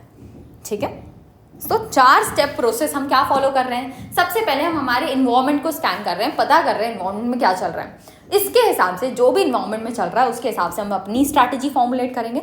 जो भी हमने स्ट्रैटेजी बनाई उसको हम इम्प्लीमेंट करेंगे। इम्प्लीमेंट करने के बाद इवैल्यूएशन एंड कंट्रोल करेंगे। ठीक है ना। Moving forward to what is competitive advantage. चलो बताओ, हमने तो कितने बार कॉम्पिटिटिव एडवांटेज इस्तेमाल कर लिया ना। इसका मतलब क्या है? कॉम्पिटिटिव एडवांटेज मतलब कॉम्पिटिटर से ज़्यादा अच्छा परफॉर्म करना। इसके लिए मैं क्या कर सकती हूँ? ये है मेरा कॉम्पिटिटर, ये हूँ मैं। पहला ऑप्शन, मैं सेम क्वालिटी का प्रोडक्ट प्रोवाइड करूँ जैसा कॉम्पिटिटर प्रोवाइड कर रहा है, बस उसको कम प्राइस में प्रोवाइड करूँ। तो अगर मैं कम प्राइस कर दूं, सेम क्वालिटी दूं, तो मैं ज़्यादा कस्टमर्स अट्रैक्ट कर पाऊंगी और मेरे को कॉम्पिटिटिव एडवांटेज मिल जाएगा। या फिर हम क्या कर सकते हैं, हम सेम प्राइस चार्ज करेंगे जैसा हमारा कॉम्पिटिटर चार्ज कर रहा है, लेकिन हम हमारे प्रोडक्ट की क्वालिटी इंप्रूव कर दें, उससे अच्छी क्वालिटी प्रोवाइड करें जैसा कॉम्पिटिटर प्रोवाइड कर रहा है, उससे ज़्यादा अच्छी क्वालिटी। तो कस्टमर्स वैसे ही हमारे पास अट्रैक्ट होने वाले हैं, हमको वहाँ पे भी कॉम्पिटिटिव एडवांटेज मिल सकता है। तो 2 चीज़ें क्या कर सकते हैं, कॉस्ट कम कर दो या तो वैल्यू बढ़ा दो, है ना। A company achieves competitive advantage when it provides buyer with superior value compared to rival sellers। जो rival मतलब competitors प्रोवाइड कर रहे हैं उससे ज़्यादा अगर मैं वैल्यू प्रोवाइड करने लग जाऊँ या फिर मैं सेम वैल्यू देने लग जाऊँ लोअर कॉस्ट में, तो मुझे कॉम्पिटिटिव एडवांटेज मिल सकता है। कॉम्पिटिटिव एडवांटेज हमेशा रिलेटिव वे में देखा जाता है, एब्सोल्यूट वे में नहीं देखा जाता। कॉम्पिटिटिव एडवांटेज का मतलब ही यही है कि कॉम्पिटिटर से ज़्यादा अच्छा परफॉर्म कर रहे हो तब कॉम्पिटिटिव एडवांटेज मिलेगा। तो मेरे को कॉम्पिटिटर की परफॉर्मेंस से अपनी परफॉर्मेंस कंपेयर करनी पड़ेगी ना, तभी तो पता चलेगा कि कॉम्पिटिटर से मैं ज़्यादा अच्छा परफॉर्म कर रही हूँ कि नहीं कर रही हूँ, है ना। नेक्स्ट, कॉम्पिटिटिव एडवांटेज को असेस कैसे किया जाता है? हम बेंचमार्क से इसको कंपेयर करते हैं। बेंचमार्क क्या हो सकता है? दूसरे कॉम्पिटिटर की परफॉर्मेंस या फिर इंडस्ट्री का एवरेज क्या है, मैं इससे कंपेयर करके फाइंड आउट कर सकती हूँ कि मेरे पास कॉम्पिटिटिव एडवांटेज है कि नहीं है। नेक्स्ट, एडवांटेज सस्टेनेबल कब होता है? जब हमारा कॉम्पिटिटर कितने भी तिगड़म लगा ले पर वो हमारे जैसा एडवांटेज लेके नहीं आ पा रहा है, तब मेरा एडवांटेज सस्टेनेबल है, मैं उसको लॉन्गर पीरियड ऑफ टाइम तक मेंटेन कर पाऊंगी। जैसे लेट्स से ये है एंड्रॉयड फोन्स और ये है आईफोन। आईफोन ने अपनी क्वालिटी को एकदम ज़बरदस्त मेंटेन करके रखा है जो बाकी एंड्रॉयड फोन्स नहीं कैप्चर कर पा रहे हैं, जिसकी वजह से आईफोन अपना ये जो कॉम्पिटिटिव एडवांटेज है उसको सस्टेन कर पा रहा है। कॉम्पिटिटिव एडवांटेज सस्टेन करना है तो ऐसी चीज़ें आपको लेके आनी पड़ेगी जो कॉम्पिटिटर अचीव ही नहीं कर सकता। ठीक है। नेक्स्ट, अगर मेरी फर्म अंडर परफॉर्म कर रही है राइवल से भी नीचे, मतलब मेरा ये कॉम्पिटिटर है और मेरी परफॉर्मेंस इतनी है, मेरा कॉम्पिटिटर ज़्यादा अच्छा परफॉर्म कर पा रहा है, तो इन दैट केस मेरी फर्म के पास क्या है? Competitive disadvantage. अगर 2 फर्म सेम सिचुएशन पे हैं, मतलब ये भी लेट्स से 100% परफॉर्मेंस दे रहा है, ये भी 100% परफॉर्मेंस दे रहा है, तो इस केस में ये फर्म्स क्या कहलाएंगी? कॉम्पिटिटिव पैरिटी पे हैं, मतलब ना ही कोई अच्छा है ना ही कोई बुरा है, दोनों सेम सिचुएशन में कॉम्पिटिटिव पैरिटी कहलाएगा। ठीक है ना। नेक्स्ट क्वेश्चन, विजन एक डिजायर्ड फ्यूचर स्टेट है ऑफ एन ऑर्गेनाइजेशन, एक्सप्लेन। देखो यार, जब हम स्ट्रैटेजीज फॉर्मुलेट करते हैं ना तो हम 4 मेजर चीज़ें पता करते हैं। सबसे पहला मेरा मिशन, कि मैं किस पर्पस के साथ प्रेजेंटली काम कर रही हूँ, क्या क्या मेरी एक्टिविटीज़ हैं, क्या प्रोडक्ट और सर्विसेज मैं प्रोवाइड करती हूँ, ये मिशन से पता चलता है। नेक्स्ट आता है विजन। विजन बताता है कि मैं फ्यूचर में जाके क्या अचीव करना चाहती हूँ, मतलब एट लास्ट मेरे ज़िंदगी का एम क्या है, वो मेरा विजन बनता है। ठीक है।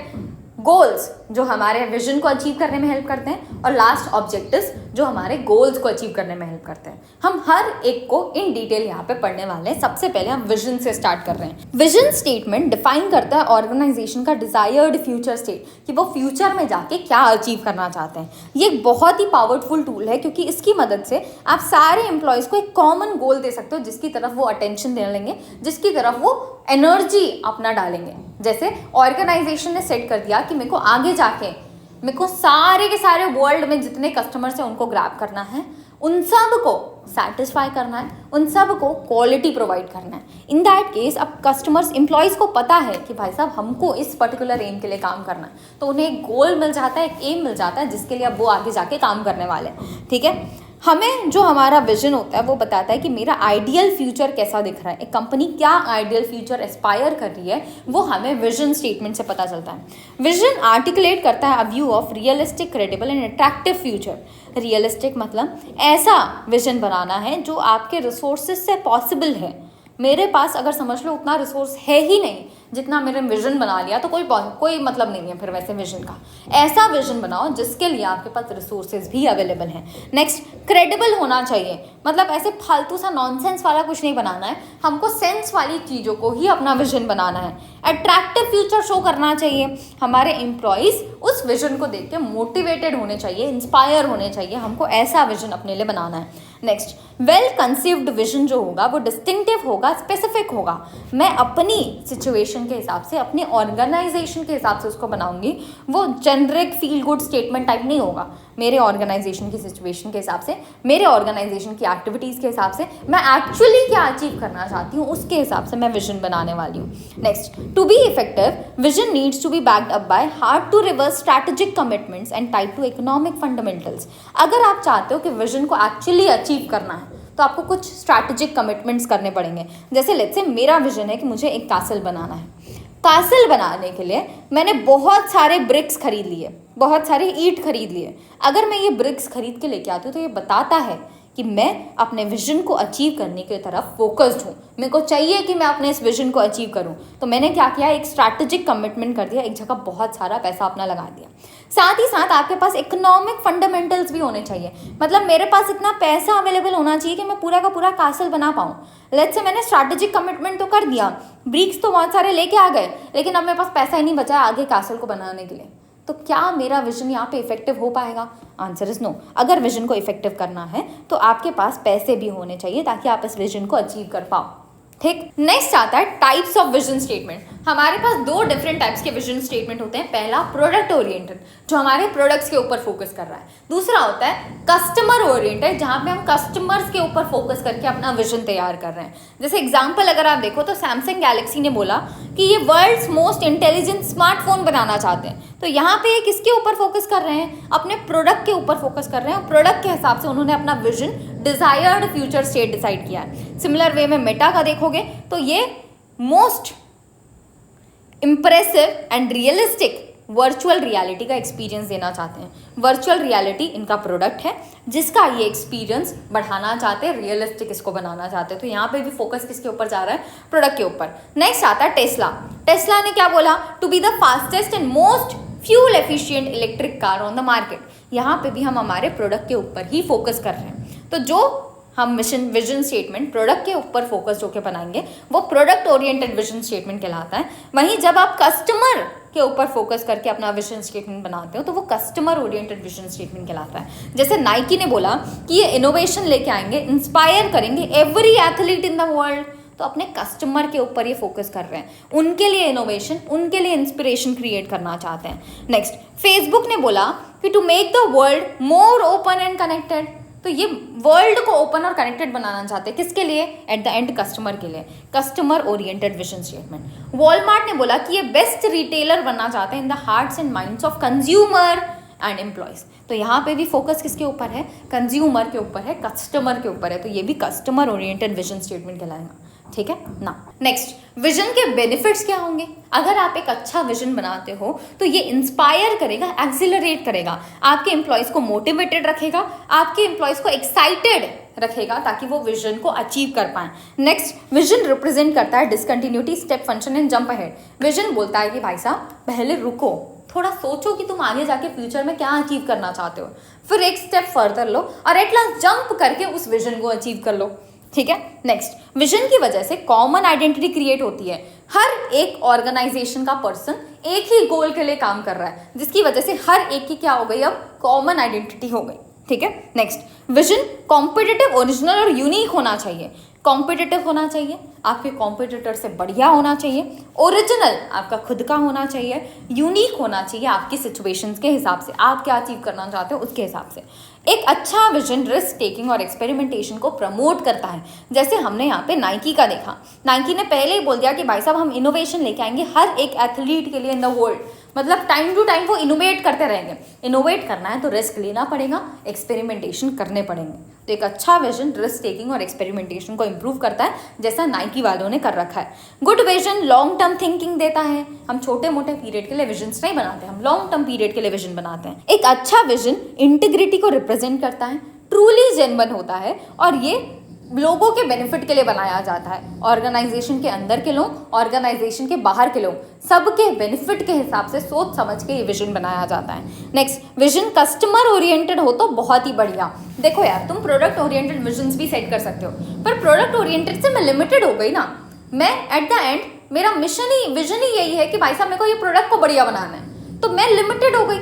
लेकिन अगर मेरा विजन ऐसा होगा कि मेरे को कस्टमर को सेटिस्फाई करना है, तो मेरे पास अनलिमिटेड अपॉर्चुनिटी है, मैं अलग अलग तरीके से कस्टमर को सेटिस्फाई कर सकती हूँ। तो बेटर क्या है, एक अच्छा विजन हम कस्टमर ओरिएंटेड बनाएं।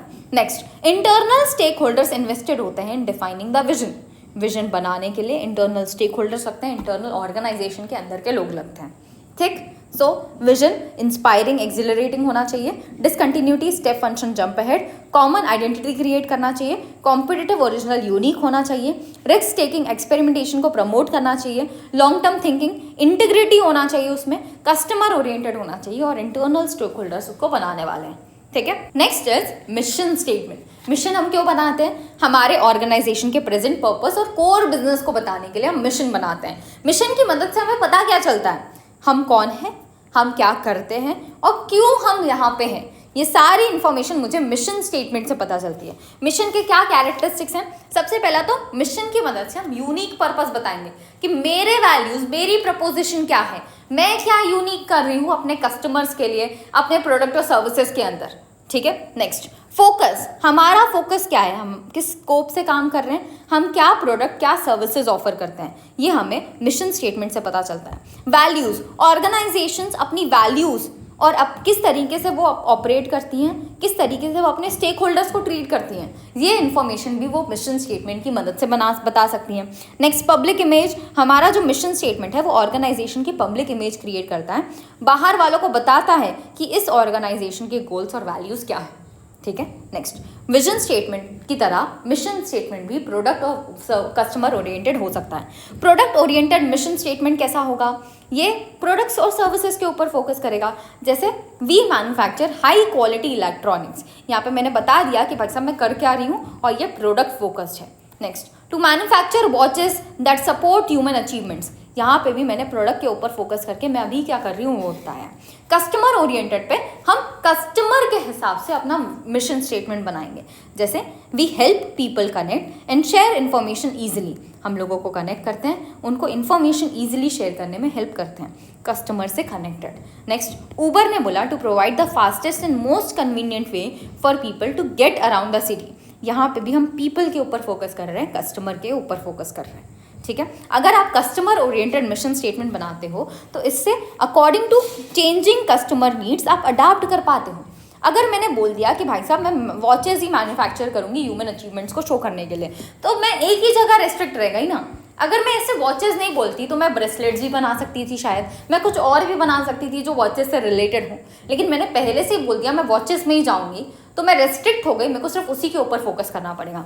ठीक है, नेक्स्ट, आइडेंटिफाई न्यू अपॉर्चुनिटीज़, अगर आप कस्टमर ओरिएंटेड मिशन स्टेटमेंट बनाओगे तो नई अपॉर्चुनिटीज़ फाइंड आउट कर सकते हो, कस्टमर की नीड्स के हिसाब से अपने आप को चेंज कर सकते हो और फ्यूचर प्रूफ कर सकते हो अगेंस्ट मार्केट शिफ्ट। अगर लेट्स से आगे जाके वॉचेस नहीं चल रही हैं, कोई वॉचेस पहन ही नहीं रहा है अब, तो ये रोलेक्स वालों का मिशन स्टेटमेंट ही खराब हो गया, जिसकी वजह से अब आपको या तो नया मिशन स्टेटमेंट बनाना पड़ेगा या तो आप इसी मिशन स्टेटमेंट को फॉलो करते रहोगे, तो एट द एंड आपकी ऑर्गेनाइजेशन नीचे ही जाने वाली है।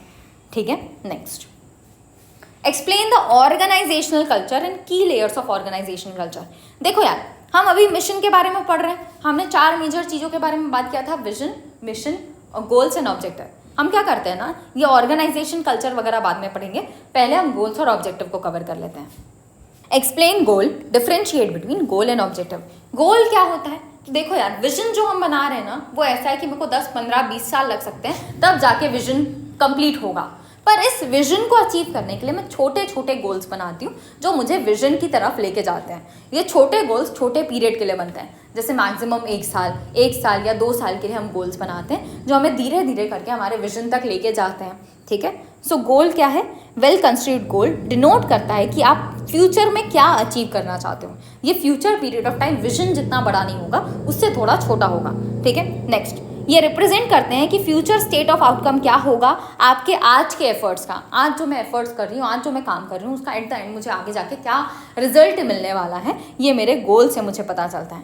नेक्स्ट, गोल जो हम बना रहे हैं वो financial as well as non financial issues दोनों के लिए बनाए जा सकते हैं। गोल्स क्लोज एंडेड एट्रीब्यूट होते हैं, स्पेसिफिक हम पूरा प्रिसाइज वे में बताते हैं कि गोल है क्या और इसको कितने पीरियड ऑफ टाइम में अचीव करना है, जिसकी वजह से क्लोज एंडेड होते हैं। सारी इन्फॉर्मेशन गोल के अंदर बता दी जाती है, हमको ऐसे भटकना नहीं पड़ता है कि भाई साहब क्या करना है, हमको समझ ही नहीं आ रहा है। बहुत प्रिसाइज, बहुत स्पेसिफिक टाइम पीरियड सेट करके गोल बनाया जाता है। ठीक है ना, गोल और ऑब्जेक्टिव के बीच में डिफरेंस क्या है? Goal desired future state of outcome show करता है कि हमारा डिजायर्ड फ्यूचर स्टेट क्या है, लेट्स से 1 साल के बाद। ऑब्जेक्टिव्स हमारे स्पेसिफिक एक्शंस को शो करते हैं जो हमारे गोल को अचीव करने में हेल्प करेंगे। देखो, विजन था 10-15 साल का, जिसको छोटे छोटे पार्ट में किसने बांटा? गोल ने उसको 1 साल 2 साल इतने पीरियड ऑफ टाइम में बांट दिया। अब गोल 1-2 साल का है, उसको छोटे छोटे पार्ट्स में कौन बांटने वाला है? ऑब्जेक्टिव्स। ठीक है, सो ऑब्जेक्टिव स्पेसिफिक एक्शंस हैं जो हमारे गोल को अचीव करने में हेल्प करेंगे। स्पेसिफिसिटी, ये थोड़े ब्रॉड और जनरल होते हैं एज कम्पेयर टू ऑब्जेक्टिव्स जो ज़्यादा कंक्रीट और ज़्यादा मेजरेबल होते हैं। टाइम फ्रेम, गोल्स हम ईयर्स के लिए बनाते हैं, 1 साल 2 साल। ऑब्जेक्टिव्स हम मंथ्स और क्वार्टर्स के लिए बनाते हैं ताकि इस गोल को अचीव कर पाएँ। एग्जाम्पल, गोल के अंदर हम बोल सकते हैं कि हमको मार्केट शेयर इंक्रीज करना है, लेकिन ऑब्जेक्टिव के अंदर हम एक new market campaign actually launch करेंगे। तो हमने क्या किया? एक स्पेसिफिक एक्शन लिया इस गोल को अचीव करने के लिए। नेक्स्ट, पर्पस, ये ओवरऑल डायरेक्शन देता है, ये एक्शनेबल स्टेप्स को डिफाइन करता है। ठीक है ना, explain objective and desirable characteristics in order to be effective. देखो यार, ऑब्जेक्टिव क्या है? फाउंडेशन है ऑर्गेनाइजेशन की फंक्शनिंग का। एक्चुअल में ऑर्गेनाइजेशन में क्या परफॉर्म किया जा रहा है? ऑब्जेक्टिव की मदद से मैं गोल अचीव करने वाली हूँ, गोल की मदद से मैं विजन अचीव करने वाली हूँ। तो एट लास्ट मैं फॉलो क्या कर रही हूँ? ऑब्जेक्टिव। ठीक है, नेक्स्ट, ये हमारे स्ट्रैटेजिक विजन को स्पेसिफिक अचीवेबल टारगेट्स में बांट देते हैं। ऑब्जेक्टिव का इम्पैक्ट क्या होता है? ऑब्जेक्टिव हमारे ऑर्गेनाइजेशन के रिलेशनशिप विद इट्स इन्वायरमेंट को डिफाइन करता है कि कैसा इन्वायरमेंट चल रहा है, उसके हिसाब से ऑर्गेनाइजेशन कैसे रिएक्ट करने वाली है, ये ऑब्जेक्टिव से पता चलता है। नेक्स्ट, ये हमारे विजन और मिशन को परस्यू करने में हेल्प करता है। ये प्रोवाइड करता है हमें फ्रेमवर्क जिसकी मदद से हम स्ट्रैटेजिक डिसीजन मेकिंग कर पाते हैं। ये हमें एक स्ट्रक्चर्ड अप्रोच बताता है जिस तरीके से हम स्ट्रैटेजीज को फॉलो करने वाले हैं। स्टैब्लिश्ड परफॉर्मेंस इवैल्यूएशन स्टैंडर्ड, ये हमको छोटे छोटे ऑब्जेक्टिव्स देता है, छोटे छोटे स्टैंडर्ड्स देता है जिसकी मदद से मैं अपने टास्क को चेक कर सकती हूँ कि मैंने अपना काम कंप्लीट किया कि नहीं किया। जैसे लेट्स से मेरा विजन है कि मुझे हेल्दी बनना है, मेरे को अच्छा खाना है, मेरे को अपने हेल्थ का बहुत अच्छे से ध्यान रखना है, ये मेरा विजन है। इस विजन को अचीव करने के लिए मैंने गोल बनाया है कि मैं हर रोज़ स्प्राउट्स खाऊंगी। ठीक है, हर रोज़ स्प्राउट्स खाना है, तो उसके लिए मैंने ऑब्जेक्टिव सेट किया है कि रात को स्प्राउट्स भिगो के रखो। ठीक है, तो यहाँ पे मेरा ऑब्जेक्टिव क्या दे रहा है? मेरे को एक स्टैंडर्ड दे रहा है कि भाई साहब मैंने ये काम किया कि नहीं किया। ये कैसे पता चलेगा? जब मैं ऑब्जेक्टिव को एक्चुअल से कंपेयर करूँगी कि मैंने स्टैंडर्ड सेट किया था, मेरे को स्प्राउट्स भिगोना है, लेकिन मैंने एक कटोरे में स्प्राउट्स बस मतलब जो चने थे वो निकाल के बस रख दिए, उसको भिगोना भूल गई, तो मेरा काम अभी पूरा कंप्लीट नहीं हुआ है। मैं ऑब्जेक्टिव की मदद से अपना एक्चुअल को कंपेयर करके चेक कर सकती हूँ। ठीक है ना, मूविंग फॉरवर्ड टू ऑब्जेक्टिव्स की कैरेक्टरिस्टिक्स क्या है? ऑब्जेक्टिव की कैरेक्टरिस्टिक्स को हम स्मार्ट बोलते हैं। एस से स्पेसिफिक, एम से मेजरेबल, ए से अटेनेबल, आर से रिलेवेंट एंड टी से टाइम बाउंड। स्पेसिफिक मतलब जो भी आप ऑब्जेक्टिव बना रहे हो वो पूरा स्पेसिफिक होना चाहिए, एकदम एग्जैक्ट बताना पड़ेगा कि भाई साहब अचीव क्या करना है। जैसे ऑर्गेनाइजेशन क्या अचीव करना चाहती है, क्यों अचीव करना चाहती है और कौन कौन ऐसे लोग होंगे जिनकी मदद से इस ऑब्जेक्टिव को अचीव किया जाएगा, कब ये ऑब्जेक्टिव अचीव किया जाएगा, क्या क्या रिसोर्सेज लगेंगे, क्या क्या कंस्ट्रेंट्स हैं जिनको ध्यान में रखते हुए मुझे ये ऑब्जेक्टिव अचीव करना है। तो हर एक चीज़ बहुत स्पेसिफिक वे में बताई जाती है under objective. Next, objective measurable होने चाहिए। जैसे इंक्रीज करना है सेल्स बाय 10% इन Q1, तो मैं यहाँ पे टाइम भी मेजर कर सकती हूँ, मैं क्वांटिटी भी मेजर कर सकती हूँ कि कितने क्या अचीव करना है at the end. 10% increase in sales, तो मैं बाद में मेजर भी कर पाऊंगी कि 10% इंक्रीज हुआ कि नहीं हुआ। ठीक है। नेक्स्ट, अटेनेबल होना चाहिए, रियलिस्टिक गोल्स बनाने। ऐसा नहीं कि भाई साहब मन किया कुछ भी बोल दिया जो एक्चुअल में अचीव ही नहीं हो सकता। जैसे एक दिन में बैठ के आपको 50 चैप्टर पढ़ने हैं, पॉसिबल ही नहीं है, मैं ऊपर से नाम पढ़ के ही चल दूंगी, है ना। तो आपको अचीवेबल ऑब्जेक्टिव्स बनाने, ऐसे कुछ भी नहीं जो मन किया वो नहीं बोलना। ठीक। नेक्स्ट, रिलेवेंट होना चाहिए, align with the organisations overall mission and vision.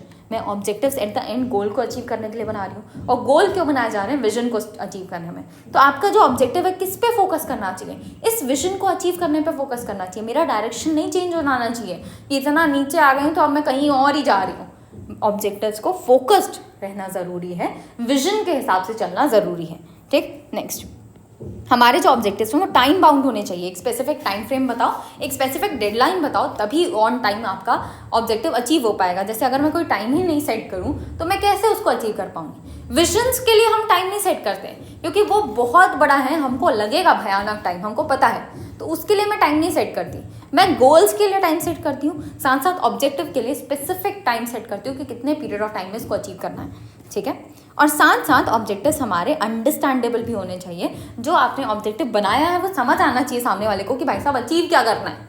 तुमने बोल दिया कि सेल्स जो है अभी 10,000 है, हमको 12,000 करने का मन है, फिर उसके बाद 15,000 भी हो जाए तो चलेगा, ऐसे ऑब्जेक्टिव नहीं बनता। ऑब्जेक्टिव में स्पेसिफिक अमाउंट में बताना पड़ता है कि क्या अचीव करना है। ठीक है। सो स्पेसिफिक होना चाहिए, मेजरेबल होना चाहिए, अटेनेबल होना चाहिए, रिलेवेंट होना चाहिए, टाइम बाउंड होना चाहिए, और अगर ऑब्जेक्टिव की कैरेक्टरिस्टिक्स का 6 मार्क्स का क्वेश्चन हो गया तो अंडरस्टैंडेबल भी होना चाहिए। ठीक है। चलो, जब आप ऑब्जेक्टिव सेट कर रहे हो ऑर्गेनाइजेशन के लिए तो कुछ इश्यूज हैं जिनको हमको ध्यान में रखना पड़ता है। सबसे पहला, स्पेसिफिसिटी होना चाहिए। क्लियर और स्पेसिफिक ऑब्जेक्टिव आपको बनाना है। ये जो क्लियर और स्पेसिफिक है ना, वो हर एक लेवल के लिए स्पेसिफिक होना चाहिए। अगर कॉर्पोरेट लेवल ऑब्जेक्टिव बना रहे हो तो उसमें लिखा होना चाहिए कि ये कॉर्पोरेट के लिए है। अगर आप business level, different department level objectives बना रहे हो तो उसमें लिखा होना चाहिए कि जनरल ऑब्जेक्टिव है। वहीं अगर आप टीम और इंडिविजुअल लेवल के लिए बना रहे हो तो वहाँ स्पेसिफिकली लिखा होना चाहिए कि स्पेसिफिक ऑब्जेक्टिव है एक पर्टिकुलर टीम, एक पर्टिकुलर इंडिविजुअल के लिए। ठीक है। Next, multiplicity. बहुत ज़्यादा ऑब्जेक्टिव्स नहीं करने हैं और बहुत कम ऑब्जेक्टिव्स भी नहीं करने हैं। हमको एक प्रॉपर बैलेंस मेंटेन करना है अपने ऑब्जेक्टिव्स का, ताकि हम उसको ईजिली अचीव कर पाएँ और वो हमारे लिए ज़्यादा ओवरवेलमिंग भी ना हो। ठीक है। Next, periodicity. हमको एक स्पेसिफिक टाइम फ्रेम डिफाइन करना है। ये टाइम फ्रेम लॉन्ग टर्म भी हो सकता है, मीडियम भी हो सकता है, शॉर्ट टर्म भी हो सकता है, लेकिन बताना पड़ेगा कि भाई साहब किस पर्टिकुलर पीरियड के लिए बना रहे हो। नेक्स्ट, वेरीफिएबिलिटी। हमारा ऑब्जेक्टिव इजीली मेजरेबल होना चाहिए, क्वांटिटेटिव होना चाहिए जब जब पॉसिबल हो पा रहा है। अगर आप क्वांटिटेटिव कर ही नहीं पा रहे हो तब उसको क्वालिटेटिव बनाओ, लेकिन क्वालिटेटिव के साथ एक्सपर्ट जजमेंट भी डाल देना कि अगर ये ऑब्जेक्टिव अचीव हो गया तो कैसे चेक किया जाएगा। एक एक्सपर्ट होगा जो चेक करेगा कि ऑब्जेक्टिव एक्चुअली अचीव हुआ है कि नहीं हुआ है, अगर क्वालिटेटिव है तो। ठीक है। Next, reality. रियलिस्टिक होना चाहिए, ऐसे नहीं कि कुछ भी बना दिया, हमें रियलिस्टिक वे में ऑब्जेक्टिव्स को बनाना है। और एट लास्ट, क्वालिटी। हमारा एक अच्छा ऑब्जेक्टिव क्लियर डायरेक्शन देना चाहिए और हमारे सक्सेस को मेजर कर पाना चाहिए, जिसके लिए उसको specific, measurable, achievable, relevant and time bound होना, मतलब स्मार्ट होना ज़रूरी है। ठीक है। तो अगर इश्यूज के बारे में पूछेगा तो क्या लिखोगे, specificity, multiplicity, periodicity, verifiability, reality and quality. अगर कैरेक्टरिस्टिक्स के बारे में पूछेगा तो स्मार्ट लिखेंगे, specific, measurable, attainable, relevant, time bound, और साथ साथ 6 मार्क्स का क्वेश्चन आएगा तो क्या लिखोगे, अंडरस्टैंडेबल। ठीक है। चलो, हमने ऑब्जेक्टिव, गोल, मिशन, विजन खत्म किया। अब हम जा रहे हैं ऑर्गेनाइजेशन के कल्चर की तरफ कि ऑर्गेनाइजेशन में हो क्या रहा है एक्चुअली, वो हमको उसके कल्चर से पता चलता है। Explain the organisation culture and key layers of organisation culture. हमारा ऑर्गेनाइजेशन किस तरीके से ऑपरेट कर रहा है ये हमें उसके कल्चर से ही पता चलता है कि ऑर्गेनाइजेशन में कैसा कल्चर है, लोग कैसे बिहेव करते हैं, बिजनेस किस तरीके से कंडक्ट किया जाता है, ओवरऑल वर्क इन्वायरमेंट कैसा है। ये सब का सब अफेक्ट करता है मेरे कंपनी के ऑपरेशंस को। कंपनी किस तरीके से ऑपरेट कर रही है वो हमें बताता है। ठीक है, ऑर्गेनाइजेशन कल्चर के 4 डिफरेंट लेयर्स होते हैं। जितना ज़्यादा हर एक लेयर के अंदर जाते जाओगे उतना ज़्यादा आपको समझ आएगा कि ऑर्गेनाइजेशन के अंदर एक्चुअली क्या हो रहा है। ठीक है, सबसे पहला लेयर होता है वैल्यू। ये ऊपरी परत है, ये मेरे को ऊपर से इंफॉर्मेशन देती है। जैसे कंपनी ने बोल दिया कि भाई साहब हमारी वैल्यू है कि हम क्रिएटिविटी इंकरेज करेंगे, नए आइडियाज़ लेके आएंगे, कंटिन्यूसली इंप्रूव करेंगे। सुन के बड़ा अच्छा लग रहा है कि भाई साहब ये ऑर्गेनाइजेशन के अंदर तो सब बढ़िया होता होगा, इम्प्लॉयज़ मस्त रिस्क टेकिंग करते होंगे, एक साथ बैठ के काम करते होंगे, इनफॉर्मल वे में थोड़ा काम होता होगा। लेकिन जब तुम थोड़ा अंदर जाओगे, इनके बिलीव्स, इनके बिहेवियर, इनके टेकन फॉर ग्रांटेड एजम्पशन को समझोगे, तब समझ आएगा कि भाई साहब एक्चुअली ऑर्गेनाइजेशन में क्या हो रहा है। ये तो ऑर्गेनाइजेशन ने बोला कि हम इस पे ध्यान देंगे, पर तुमको पता है बिलीफ जब हमने देखा, जब हमने पता करा कि पीपल किस तरीके से अपने इश्यूज़ को डिस्कस करते हैं, तो हमें पता चला कि लोग तो टीम वर्क में काम ही नहीं कर रहे हैं। एक आदमी इधर बैठता है, एक आदमी इधर बैठता है, एक आदमी इधर बैठता है, सब अपने अपने काम में लगे रहते हैं, किसी को किसी और से मतलब नहीं है। कोई रिस्क नहीं ले पाता क्योंकि सब डरते हैं। हमारा मैनेजर जो है उसने, एक जन ने रिस्क लिया था तो उसको भयानक चिल्लाया था, तो अब इसमें से कोई भी एम्प्लॉय रिस्क लेता ही नहीं है। तुमने बोल के रखा है तुम creativity, new idea, continuous improvement को इंप्रूव करोगे। कैसे इंकरेज करोगे जब तुम एम्प्लॉयज़ को टीम वर्क ही नहीं करवा रहे हो, ना ही एम्प्लॉयज़ तुम्हारे रिस्क ले पा रहे हैं। तो ये सारी चीज़ें कैसे आएंगी ऑर्गेनाइजेशन में, नहीं आ सकती। नेक्स्ट आता है बिहेवियर, जिसमें हम और नीचे जाते हैं और डीप जाते हैं और देखते हैं कि लोग एम्प्लॉयज़ किस तरीके से इंटरेक्ट कर रहे हैं, कैसे अपने डेली टास्क को परफॉर्म कर रहे हैं। क्या कोलैबोरेटिव वर्क स्टाइल है, सब मिलके काम करते हैं, या फिर जिसको काम मिला है वही बेचारा घसे जा रहा है, उसको प्रॉब्लम हो रही है तो कोई और हेल्प करने के लिए भी नहीं है। ड्रेस कोड कैसा है, क्या फॉर्मल स्पेसिफिक ड्रेस पहन के ऑफिस आना पड़ता है या फिर इनफॉर्मल ड्रेसेस हैं ताकि एक हैप्पी, एक कन्वीनियंट, एक टीम वर्क टाइप का इन्वायरमेंट क्रिएट हो। फॉर्मल ड्रेसेस हैं तो वो बताते हैं कि ऑर्गेनाइजेशन के अंदर फॉर्मल बिहेवियर चाहिए, आप इनफॉर्मल वे में काम नहीं कर सकते। ठीक है, नेक्स्ट ओपन कम्युनिकेशन है कि नहीं, प्रॉपरली मैं मैनेजर को जाके जो प्रॉब्लम्स है वो बोल पा रही हूँ कि नहीं पा रही हूँ। ये सारी चीज़ें भी बिहेवियर को इम्पैक्ट करती हैं। नेक्स्ट आता है टेकन फॉर ग्रांटेड एजम्पशंस। देखो यार, ये एजम्पशन बहुत ही ज़्यादा डीपेस्ट होते हैं और ये बहुत ज़्यादा इफेक्ट करते हैं हमारे ऑर्गेनाइजेशन के बिहेवियर को। ये इनके बारे में कोई बात नहीं करता, लेकिन सबको विद टाइम समझ आ जाता है कि भाई साहब ऑर्गेनाइजेशन में तो यही हो रहा है। जैसे assumption that hierarchy is respected. सब ऑर्गेनाइजेशन में जो भी एम्प्लॉय काम कर रहा है सब कुछ देख रहे हैं और दिख रहा है उनको कि हायरार्की को रिस्पेक्ट किया जाता है। सबसे ऊपर वाला उसके नीचे वाले से ही बात करेगा, उसके नीचे वाला उसके नीचे वाले से ही बात करेगा। ये जो सबसे आखिरी वाला है वो ही जाके एम्प्लॉय से बात कर रहा है, उसके ऊपर वालों को कोई मतलब ही नहीं। तो ये दिख रहा है ना ऑर्गेनाइजेशन में लोगों को काम करते हुए। तो ये क्या है, हमारा टेकन फॉर ग्रांटेड एजम्पशन, जिसके बारे में कोई बात नहीं कर रहा है लेकिन सबको पता चल रहा है। ठीक है, next belief in long working hours. हमको दिख रहा है कि ऑर्गेनाइजेशन में जो ज़्यादा देर काम करता है ना, उसी को प्रमोशन मिलता है, उसी को एडवांटेज मिलता है, उसी को मैनेजर्स ज़्यादा उसी के साथ मस्त खुश रहते हैं, उसी को बोलते हैं भाई साहब तू ही हमारा एम्प्लॉय है, बाकी सब तो फालतू है ना। तो ये सारी चीज़ें टेकन फॉर ग्रांटेड एजम्पशन में आती हैं और ये सब का सब मिलके मेरे ऑर्गेनाइजेशन के कल्चर को डिफाइन करते हैं। ठीक है, next question, explain ethical behaviour. देखो यार, सक्सेस अचीव करने के 2 तरीके हैं। पहला, तुम सारे गलत रास्ते में चले जाओ, या फिर तुम हर चीज़ सही करके चलो, है ना। मतलब हमेशा सही रास्ते में चल रहे हो, अपने मॉरल प्रिंसिपल्स को फॉलो कर रहे हो, कितनी भी तकलीफें आ रही हैं फिर भी सही रास्ते पे ही चल रहे हो। ठीक है, अगर तुम गलत रास्तों में जाते हो और सक्सेस अचीव कर लेते हो, लेकिन ये लॉन्ग टर्म में इस सक्सेस को सस्टेन कर पाओगे कि नहीं कर पाओगे, इसका कोई गारंटी है क्या। कोई भी आपकी जगह अगर तुम्हारे गलत रास्तों को पकड़ लिया तो हो गया कल्याण, तुम्हारा सारा भविष्य बर्बाद। अगर उसी की जगह आप सही रास्ते में चल रहे होगे तो एट द एंड आपको सक्सेस अचीव करने से रोक नहीं सकता कोई भी। लॉन्ग टर्म में आप अपने आप को सेफ फील करोगे और आपके ऊपर, खुद के ऊपर कितना कॉन्फिडेंस इंप्रूव होगा कि भाई साहब इतनी तकलीफें आई फिर भी मैंने गलत रास्ता नहीं अपनाया, मैं सिर्फ सही रास्ते में चला और सही रास्ते से सारा कुछ अपनी मेहनत से कमाया। ठीक है, सिमिलर वे में ऑर्गेनाइजेशंस भी एथिकल बिहेवियर को प्रमोट करती हैं, क्योंकि उन्हें पता है कि लॉन्ग टर्म में अगर सक्सेस चाहिए तो एथिकली हमको चलना पड़ेगा। कंपनीज एथिकल बिहेवियर को प्रमोट करने के लिए 4 डिफरेंट स्टेप्स फॉलो करती हैं। सबसे पहला, आर्टिकुलेट करो क्लियर वैल्यूज। अपनी वैल्यूज़ पहले ही बता दो, वैल्यूज़ के अंदर ही स्पेसिफाई कर दो कि भाई साहब हम एथिकल बिहेवियर को प्रमोट करेंगे। जैसे हमने देखा था ना ऑर्गेनाइजेशन कल्चर के अंदर वैल्यू बना था, ऐसे ही वैल्यू तुम अपनी ऑर्गेनाइजेशन में बनाओ जिसमें लिख दो पहले से कि हम ऑनेस्टी इंटीग्रिटी को प्रमोट करते हैं। जो ऑनेस्ट रहेगा, जो ऑर्गेनाइजेशन की तरफ ऑनेस्टी से काम करेगा, इंटीग्रिटी से काम करेगा, एथिकली काम करेगा, हम उसको प्रमोट करेंगे। ठीक है, ये तुम वैल्यू में सेट कर सकते हो। या फिर तुम एक code of ethics document create कर लो, फॉर्मल डॉक्यूमेंट, जिसके अंदर तुम अपनी एथिकल प्रायोरिटीज़ बता दो। ये डॉक्यूमेंट क्लियरली स्टेट करता है कि कंपनीज का कमिटमेंट कैसा है एथिकल कंडक्ट की तरफ। ठीक है, लीडरशिप बाय एग्जाम्पल सिर्फ ऐसे फॉर्मल डॉक्यूमेंट बनाने से या वैल्यूज़ में लिख देने से नहीं चलेगा, इसको एक्चुअली ऑर्गेनाइजेशन में फॉलो करना पड़ेगा, जिसके लिए लीडर्स को काम करना होगा। जो भी एथिकल कोड्स में लिखा है, कोड ऑफ एथिक्स में लिखा है, उसको एक्चुअली लीडर्स को फॉलो करना है और बार बार उसको दोहराना है, ताकि एम्प्लॉयज़ को पता चले कि भाई साहब ऑर्गेनाइजेशन ने लिखा है और ऑर्गेनाइजेशन उसको वैल्यू भी करती है। ठीक है, it is important that leaders in the business give life and meaning to those words by repeatedly emphasising their importance and then acting on them. मतलब वो वर्ड्स को बार बार बोलना भी है और खुद भी उसमें एक्ट करना है। ठीक ना, इंसेंटिव एंड रिवॉर्ड, अगर एथिकल बिहेवियर को प्रमोट करना चाहते हो तो इंसेंटिव एंड रिवॉर्ड दो। जो एथिकल बिहेवियर कर रहा है, जो एम्प्लॉय सारे काम एथिकली कर रहे हैं, उनको प्रमोट करो, उनको इंसेंटिव दो, उनको रिवॉर्ड दो। जो एम्प्लॉय अनएथिकल जा रहा है उसको पनिश भी करो, तो आपको रिवॉर्ड्स भी देने हैं, आपको सैंक्शन भी करना है उस एम्प्लॉय को जो सही तरीके से काम नहीं कर रहा है, इन एथिकल वे में जा रहा है। ठीक है, next, align strategy with ethics.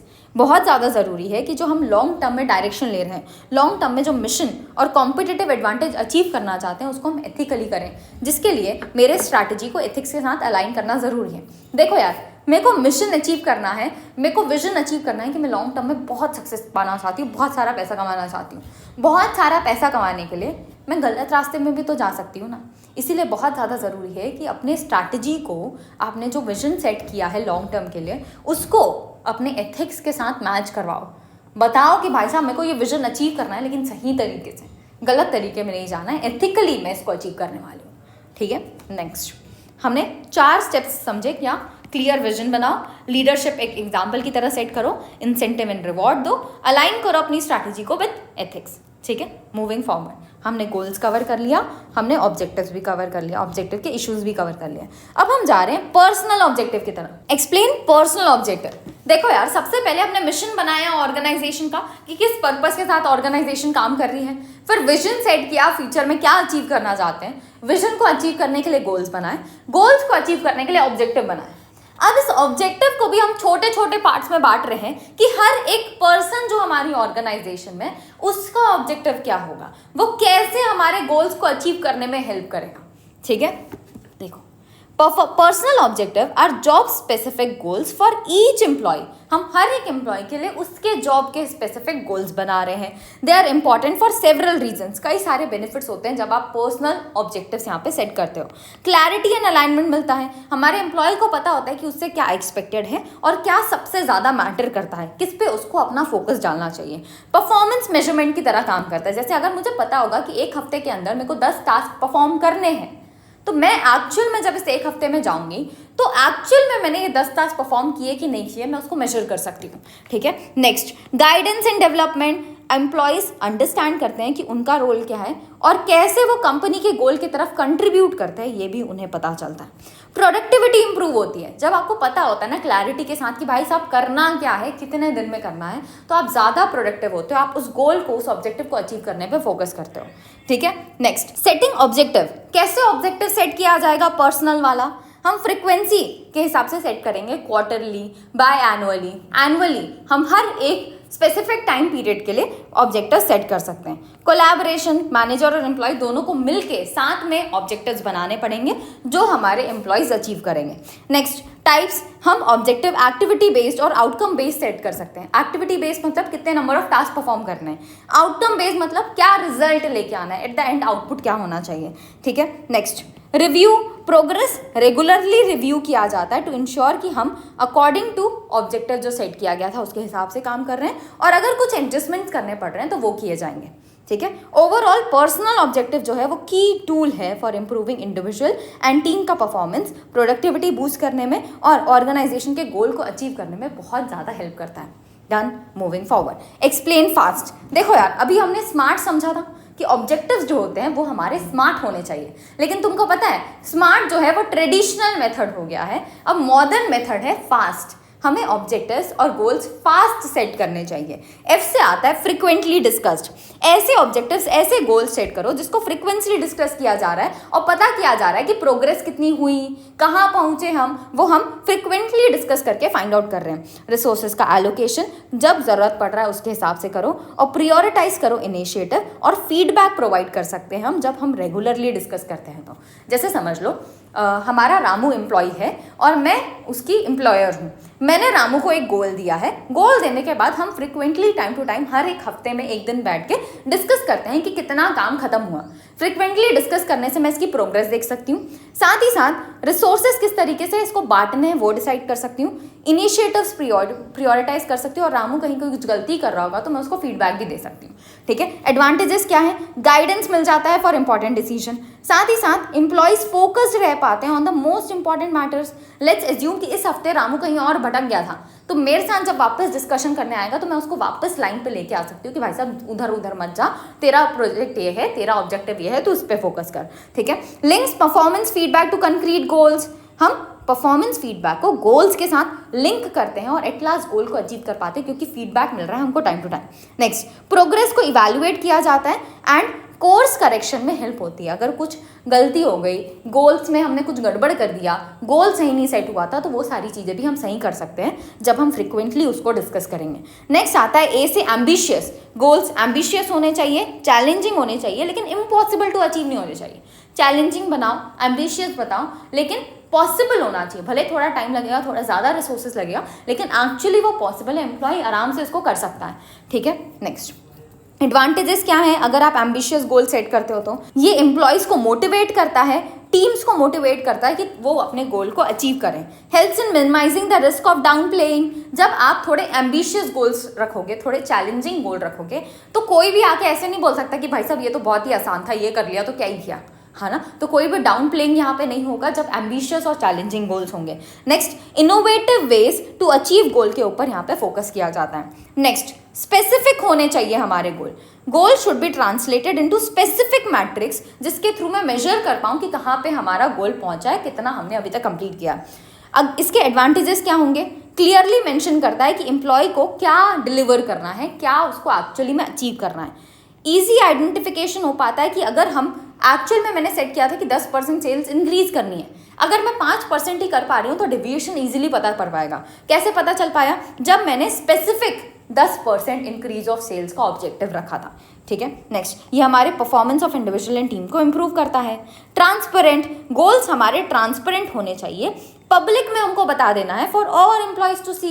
Public मतलब मैं बाहर में जाके, कंपनी से बाहर जाके नहीं बताने वाली हूँ, कंपनी के अंदर। लेट्स से मैंने रामू के लिए कोई अगर गोल सेट किया है तो मैं कंपनी के अंदर पब्लिक में बताऊंगी कि देखो रामू का ये गोल है। इससे क्या होगा? पीयर प्रेशर क्रिएट होता है। रामू के ऊपर एक प्रेशर क्रिएटेड है कि भाई साहब सबको पता है, अगर मैंने ये अचीव नहीं किया तो सबको पता चल जाएगा कि भाई रामू तो केपेबल ही नहीं है। तो एक पीयर प्रेशर क्रिएट होता है। साथ ही साथ शोकेस करता है कि क्या एक्टिविटीज़ की जा रही हैं, किस तरीके से एम्प्लॉयज़ कंट्रीब्यूट कर रहे हैं गोल अचीवमेंट में। हर किसी को पता होगा कि गोल क्या है, हर किसी को पता होगा कि हर एक एम्प्लॉय क्या कर रहा है, तो हर एक इंसान को पता होगा कि हम गोल अचीवमेंट में कितना प्रोग्रेस कर रहे हैं, कितना एफर्ट्स हमारा है। ठीक है, नेक्स्ट, एम्प्लॉयज़ को हेल्प करता है अंडरस्टैंड करने में agenda of other employees and teams. बाकी सारे एम्प्लॉयज़, बाकी सारी टीम्स किस चीज़ पे काम कर रही हैं वो हर एक एम्प्लॉय को यहाँ पे पता चलता है। Next, helps to identify the strategies that are redundant and not align to the overall organisational goal. जैसे लेट्स से रामू को मैंने एक गोल दे दिया कि भाई साहब देख तेरे को ये काम करना है। जब मैंने ये पब्लिक में बताया, मैं थोड़ी अनअवेयर थी उस टाइम पे, मेरे को नहीं पता चला, लेकिन बाकी सारे एम्प्लॉयज़ ने बताया कि यार देखो ये जो तुमने गोल दे दिया वो गड़बड़ हो जाएगी, इससे रामू थोड़ी अलग डायरेक्शन में चला जाएगा। तो अब जब इस चीज़ को बाकी सारे लोगों के साथ शेयर करते हो तो हमको एक फीडबैक भी मिलता है कि भाई साहब गोल सही है कि नहीं है। ठीक है, सो फास्ट, एफ से फ्रीक्वेंटली डिस्कस्ड, ए से एम्बिशियस, एस से स्पेसिफिक और टी से ट्रांसपेरेंट हमारे गोल्स, हमारे ऑब्जेक्टिव्स होने चाहिए। ठीक है, now next, explain strategic leadership. What are the key qualities of leadership? Strategic leadership क्या होता है? एक स्ट्रैटेजिक लीडर सबसे पहले स्ट्रैटेजी बनाएगा, फिर स्ट्रैटेजी को इम्प्लीमेंट करके कॉम्पिटिटिव एडवांटेज गेन करेगा। अगर कॉम्पिटिटिव एडवांटेज मिलता है तो एट द एंड उसको सक्सेस मिल पाएगी। सक्सेस को मेजर कैसे किया जाएगा? हमारे शेयर होल्डर्स हैप्पी हैं कि नहीं, इससे हम फाइंड आउट करेंगे कि हमें सक्सेस मिला कि नहीं मिला। शेयर होल्डर्स कब हैप्पी होते हैं? जब ऑर्गेनाइजेशन स्टेबल है, जब ऑर्गेनाइजेशन प्रॉफिटेबिलिटी कमा रही है, जब ऑर्गेनाइजेशन ग्रो कर रही है, तब मेरा शेयर होल्डर हैप्पी होगा। स्टेबल रहना मतलब नीचे नहीं जाना है हमको, हम जिस सिचुएशन पे आ चुके हैं उसको स्टेबल मेंटेन रखना है, हमको ज़्यादा से ज़्यादा प्रॉफिट अर्न करना है और हमको ग्रो करने में फोकस करना है। अगर ये 3 चीज़ें करते हो तो शेयर होल्डर हैप्पी रहेगा। शेयर होल्डर हैप्पी रहेगा मतलब हमने सक्सेस अचीव की। सक्सेस अचीव की मतलब स्ट्रैटेजी सही से काम की, हमको कॉम्पिटिटिव एडवांटेज मिला। ठीक है, strategic leadership is about managing the strategy making process to create a competitive advantage for the organization। ये ट्रांसलेट करता है हमारे शेयर होल्डर्स की वैल्यू को through balanced profit, growth and profitability. ठीक है, की क्वालिटीज क्या होनी चाहिए एक लीडर के अंदर, एक स्ट्रैटेजिक लीडर के अंदर? सबसे पहला वो विजनरी होना चाहिए। वो विजन ईजिली से फॉर्म कर पाना चाहिए कि ऑर्गेनाइजेशन फ्यूचर में क्या अचीव करना चाहती है। ठीक है, कम्युनिकेटर होना चाहिए। इसने विजन बना लिया, विजन ईजिली ये कम्युनिकेट करवाना चाहिए हर एक लेवल ऑफ ऑर्गेनाइजेशन के साथ। नेक्स्ट, बिजनेस एक्यूमेन होना चाहिए। ये आइडेंटिफाई कर पाना चाहिए, आर्टिकुलेट कर पाना चाहिए business model.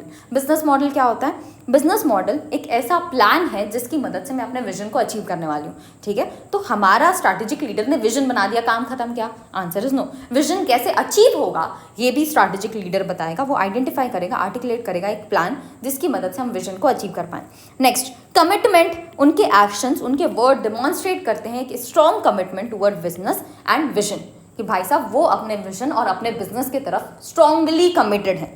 Next, information network. हमारा जो स्ट्रैटेजिक लीडर होता है वो एक स्ट्रॉन्ग नेटवर्क बिल्ड करता है, formal as well as informal, ताकि वो इंटरनल और एक्सटर्नल डेवलपमेंट जो हो रहे हैं इन्वायरमेंट के अंदर उसको बहुत अच्छे से समझ पाएं। एम्पावरमेंट, वो रिकॉग्नाइज करता है और एम्पावर करता है अपने सबॉर्डिनेट्स को ताकि वो भी डिसीजंस लें। एक अच्छा स्ट्रैटेजिक लीडर सब कुछ अकेले नहीं करने वाला है, वो अपने सबॉर्डिनेट्स को साथ लेके चलेगा। Next, consensus builder. ये कभी भी एक अच्छा स्ट्रैटेजिक लीडर कभी भी अथॉरिटी नहीं जमाएगा कि भाई साहब मैंने बोल दिया बस तुमको करना पड़ेगा। वो अपने सारे स्ट्रैटेजीज से, सारे बिजनेस मॉडल के ऊपर कंसेंसस बिल्ड करेगा। मतलब एम्प्लॉयज़ का भी सेटिस्फैक्शन देखेगा कि एम्प्लॉयज़ को ये सही लग रहा है कि नहीं लग रहा है। तो इससे एक रिव्यू भी मिल जाता है मैनेजर को और एम्प्लॉयज़ को भी लगता है कि भाई साहब हमको तो बहुत वैल्यू करती है ये ऑर्गेनाइजेशन। ठीक है, चलो next, what are the components of psychological abilities that contribute to a strong leadership? Strong leader के अंदर कुछ साइकोलॉजिकल एबिलिटीज होनी चाहिए जिसको हम बोलते हैं इमोशनल इंटेलिजेंस। क्या क्या कंपोनेंट्स होते हैं इमोशनल इंटेलिजेंस के? सबसे पहला सेल्फ अवेयरनेस। हमारा स्ट्रैटेजिक लीडर खुद के इमोशंस को, खुद का मोटिवेशन को और उनका इम्पैक्ट दूसरों पर क्या पड़ेगा इसको बहुत अच्छे से समझना चाहिए, इनके बारे में अवेयर रहना चाहिए। ठीक है, नेक्स्ट, सेल्फ रेगुलेशन। हमारे स्ट्रैटेजिक लीडर को पता होना चाहिए कि उसको इमोशंस को, इम्पल्सेस को कैसे हैंडल करना है और वो सारी चीज़ें, सारे एक्शंस सोच के लेता है। ऐसे नहीं कि भाई साहब गुस्से आ रहा है चिल्ला दिए बिना मतलब का एम्प्लॉय को, है ना, ये सारे काम नहीं करता। वो सेल्फ रेगुलेटेड है, वो अपने इमोशंस, अपने इम्पल्सेस को हैंडल करना जानता है। Next, motivation. एक स्ट्रॉन्ग ड्राइव है, पैशन है उसके अंदर for work beyond just external reward. उसको कोई एक्सटर्नल रिवॉर्ड नहीं चाहिए, उसको पैसे, मनी, इन सब से कोई मतलब नहीं है। उसके अंदर एक स्ट्रॉन्ग कमिटमेंट है, एक पैशन है उस विजन को कवर करने का, उस विजन को अचीव करने का। Next, empathy, the ability to understand and share the feeling of others. वो लोगों को समझता है, लोगों की तकलीफें समझता है और उसके हिसाब से रिएक्ट करता है।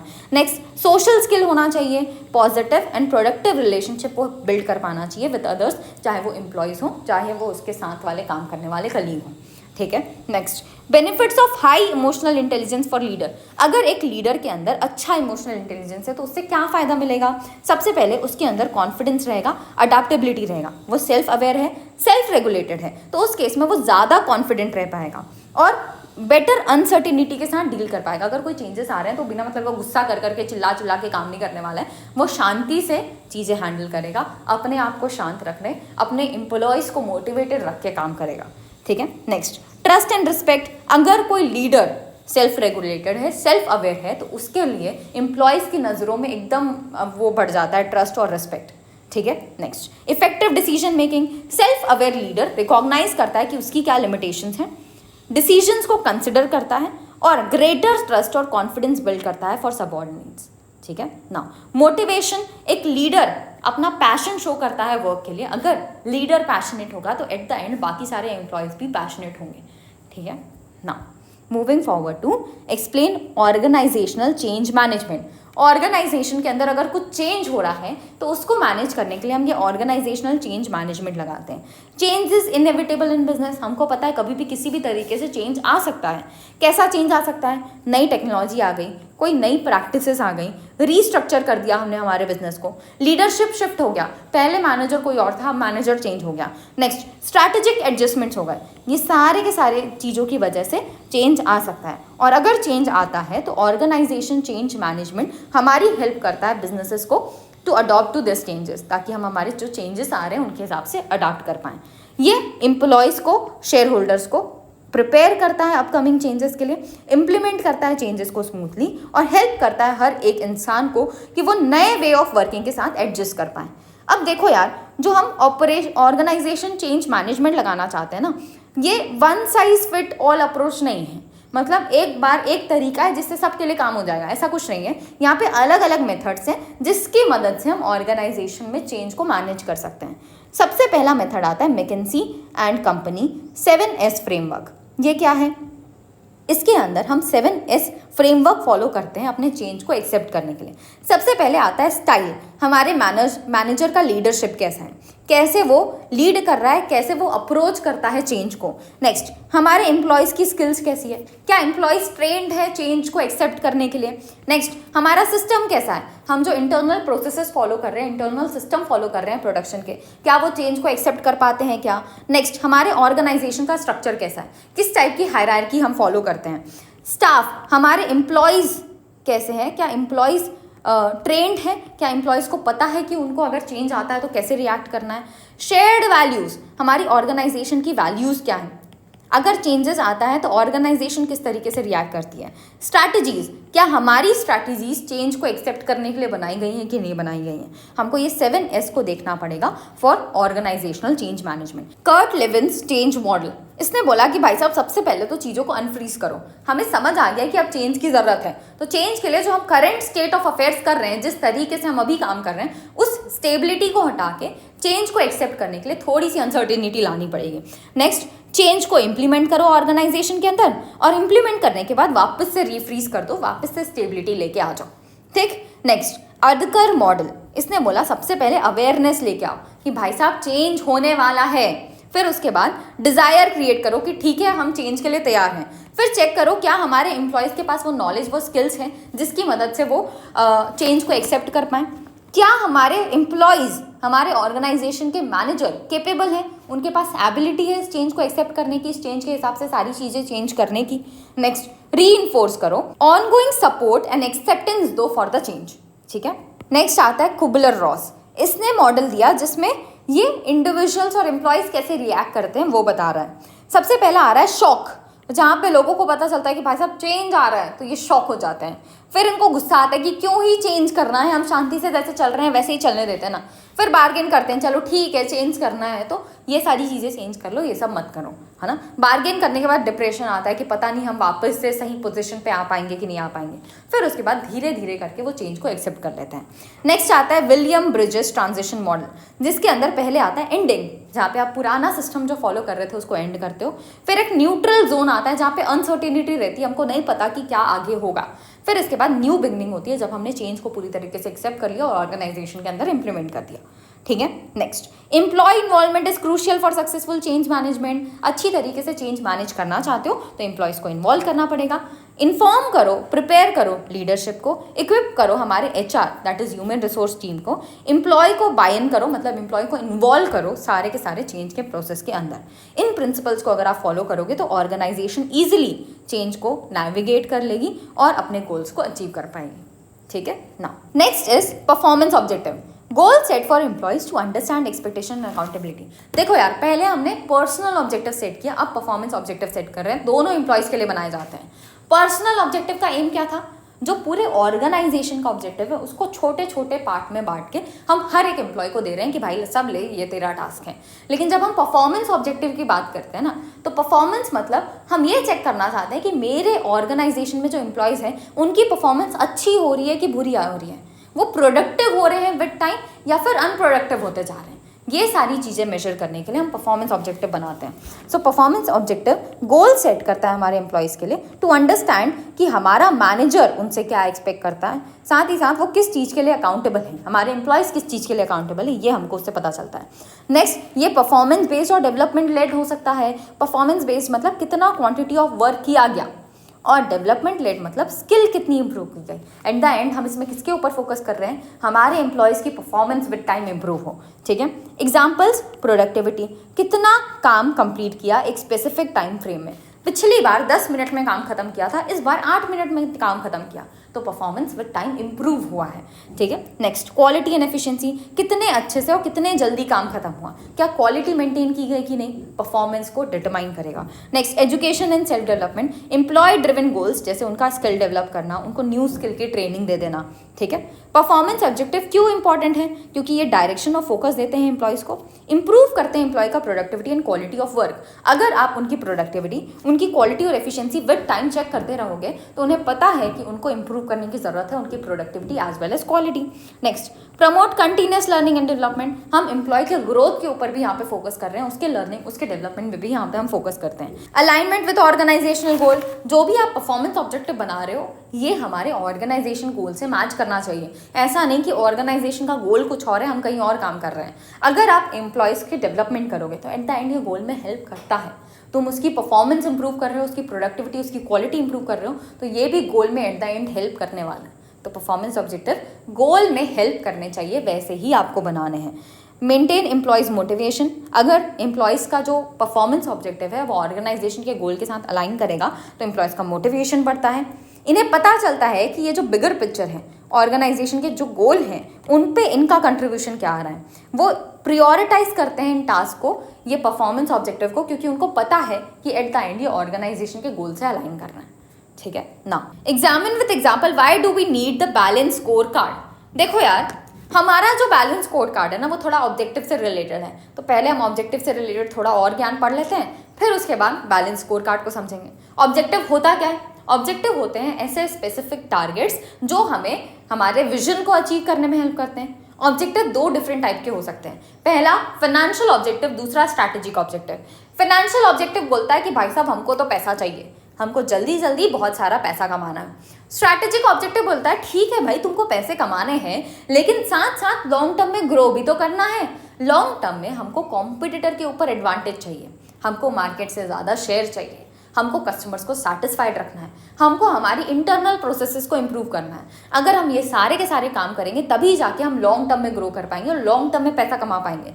सिर्फ पैसे कमाने के ऊपर फोकस करोगे तो शॉर्ट टर्म में तो कमा लोगे, लेकिन लॉन्ग टर्म में सारा डूब जाएगा। बेटर क्या है कि हम पैसा कमाएं लेकिन हमारे लॉन्ग टर्म को ध्यान रखते हुए, मतलब मेरे को फाइनेंशियल ऑब्जेक्टिव और स्ट्रैटेजिक ऑब्जेक्टिव दोनों को ध्यान में रखना ज़रूरी है, और इसके लिए हमारा बैलेंस स्कोर कार्ड हमारी हेल्प करता है। बैलेंस स्कोर कार्ड है क्या, ये हमारे फाइनेंशियल गोल्स और स्पेसिफिक स्ट्रैटेजिक गोल्स को एम करने में, उसको अचीव करने में हेल्प करता है थ्रू अ बिजनेस मॉडल। ये बिजनेस मॉडल के अंदर हम 4 डिफरेंट टाइप्स ऑफ गोल्स बनाते हैं। पहला जो फाइनेंशियल के ऊपर फोकस करता है, दूसरा जो कस्टमर्स के ऊपर फोकस करता है, तीसरा जो हमारे इंटरनल प्रोसेसेस के ऊपर फोकस करता है, और एट लास्ट चौथा हमारे लर्निंग और डेवलपमेंट पे फोकस करता है। क्योंकि अगर एम्प्लॉयज़ लर्न करेंगे, डेवलप करेंगे, तो आप अपनी इंटरनल प्रोसेसेस को इंप्रूव कर पाओगे। इंटरनल प्रोसेसेस को इंप्रूव कर पाओगे, अच्छे क्वालिटी का प्रोडक्ट बना पाओगे, तो कस्टमर को सेटिस्फाई करोगे। कस्टमर को सेटिस्फाई करोगे तो एट द एंड फाइनेंस तो आना ही है। मतलब अगर मैं स्ट्रैटेजिक ऑब्जेक्टिव को अचीव करती हूँ, लॉन्ग टर्म में ग्रोथ पाना चाहती हूँ, तो उससे अपने आप ये फाइनेंशियल ऑब्जेक्टिव अचीव हो जाता है। ठीक है, एम्प्लॉयज़ को एक क्लियर अंडरस्टैंडिंग मिलती है कि किस तरीके से उनका काम ओवरऑल गोल की तरफ अचीव कर रहा है, कैसे उनका काम ओवरऑल गोल की तरफ कंट्रीब्यूट कर रहा है। ठीक है, development of balance score card किसने क्रिएट किया था? रॉबर्ट एस केल्पन ने एंड डेविड नॉर्टन ने। क्या एम है इस बैलेंस स्कोर कार्ड का?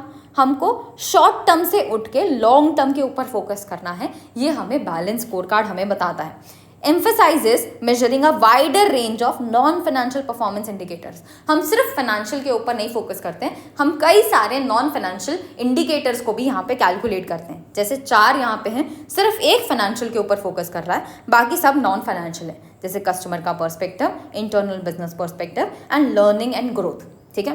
फाइनेंशियल पर्सपेक्टिव, जिसके अंदर हम फाइनेंशियल आउटकम देखेंगे कि एट द एंड ऑर्गेनाइजेशन कितना पैसा कमा पा रही है अपने स्ट्रैटेजिक इंटेंट से, जो भी उन्होंने विजन, मिशन, ऑब्जेक्टिव, गोल्स ये सब सेट किए हैं ना, इनकी मदद से कितना पैसा कमाया जा रहा है ऑर्गेनाइजेशन के अंदर, कैसे पता चलेगा? रेवेन्यू, प्रॉफिटेबिलिटी और कैश फ्लो से। नेक्स्ट आता है कस्टमर पर्सपेक्टिव, जिसमें हम समझते हैं कि कितने कस्टमर्स को हम सेटिस्फाई कर पा रहे हैं, कितने कस्टमर्स हमारे साथ लॉयल हो चुके हैं, मतलब वो कितने भी कॉम्पिटिटर्स आ जाएं वो नहीं जाएंगे, ठीक है। इससे हमारा मार्केट शेयर, कस्टमर सेटिस्फैक्शन सर्वे से हम पता कर सकते हैं कि कस्टमर का पर्सपेक्टिव क्या है। नेक्स्ट इंटरनल बिजनेस पर्सपेक्टिव, हम एफिशिएंसी और इफेक्टिवनेस अपने इंटरनल प्रोसेसेस की पता कर सकते हैं। कैसे? इनोवेशन कितना हो रहा है, साइकिल टाइम कितना है, कितना टाइम लगता है हमको प्रोडक्ट बनाने में, क्या वो टाइम इंप्रूव हो रहा है कि नहीं इंप्रूव हो रहा है, हमारे प्रोडक्ट्स की क्वालिटी कैसी है, ये सब मेरे इंटरनल बिजनेस के प्रोसेसेस को एक्सप्लेन करते हैं। नेक्स्ट आता है लर्निंग एंड ग्रोथ, हमारे एम्प्लॉयज़ कितना इम्प्रूव कर रहे हैं, कितने चेंजेस ला रहे हैं, कितना स्किल डेवलप कर रहे हैं, इस पर डिपेंड करता है। एम्प्लॉय की ट्रेनिंग, नॉलेज एंड मैनेजमेंट कितना है, ठीक है। अगर एम्प्लॉयज़ डेवलप्ड होगा, ट्रेंड होगा, स्किल्ड होगा, तो वो ईजिली चेंज को अडाप्ट कर पाएगा, ठीक। कुछ इस तरीके का बैलेंस स्कोर कार्ड बनाया जाता है, जहाँ पे financial, customer, internal and business processes और लर्निंग एंड ग्रोथ, हम चारों को कवर करते हैं। इन सब के लिए ऑब्जेक्टिव बनता है, मेजर्स बनते हैं, टारगेट बनता है, इनिशिएटिव बनता है, ठीक है। आप ऐसा डायग्राम अपने एग्जाम में भी ड्रॉ कर सकते हो, ठीक है। डायग्राम्स ड्रॉ करना हेल्प करता है एट द एंड, तो एग्जाम में जहाँ जहाँ पॉसिबल है वहाँ डायग्राम्स ड्रॉ कर दो, ठीक।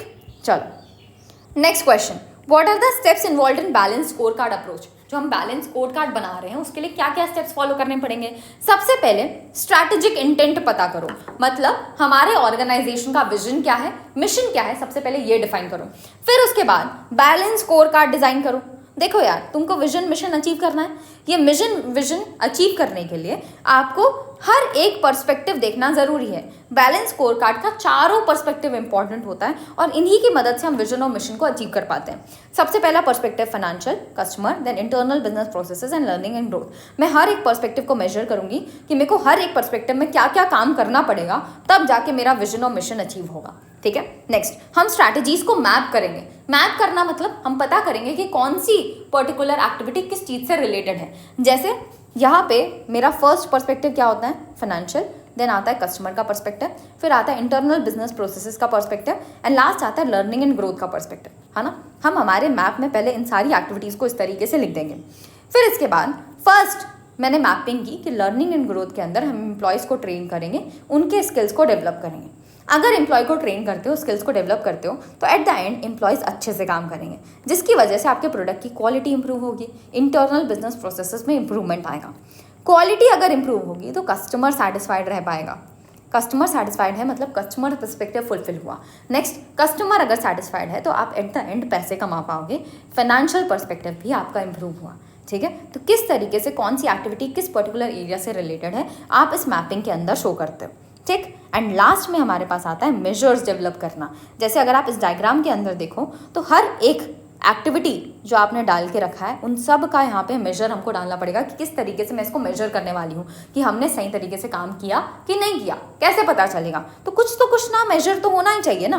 तो आपके मेट्रिक्स हर एक ऑब्जेक्टिव के लिए क्या होंगे वो फाइंड आउट किया जाएगा, जिससे हम ट्रैक कर पाएँ प्रोग्रेस, कितना प्रोग्रेस हमने अचीव किया है as per the desired outcome क्या चाहिए था और हम अभी तक कहाँ पहुँच पाए, ये हम पता कर सकते हैं अगर हम मेजर सेट करते हैं तो।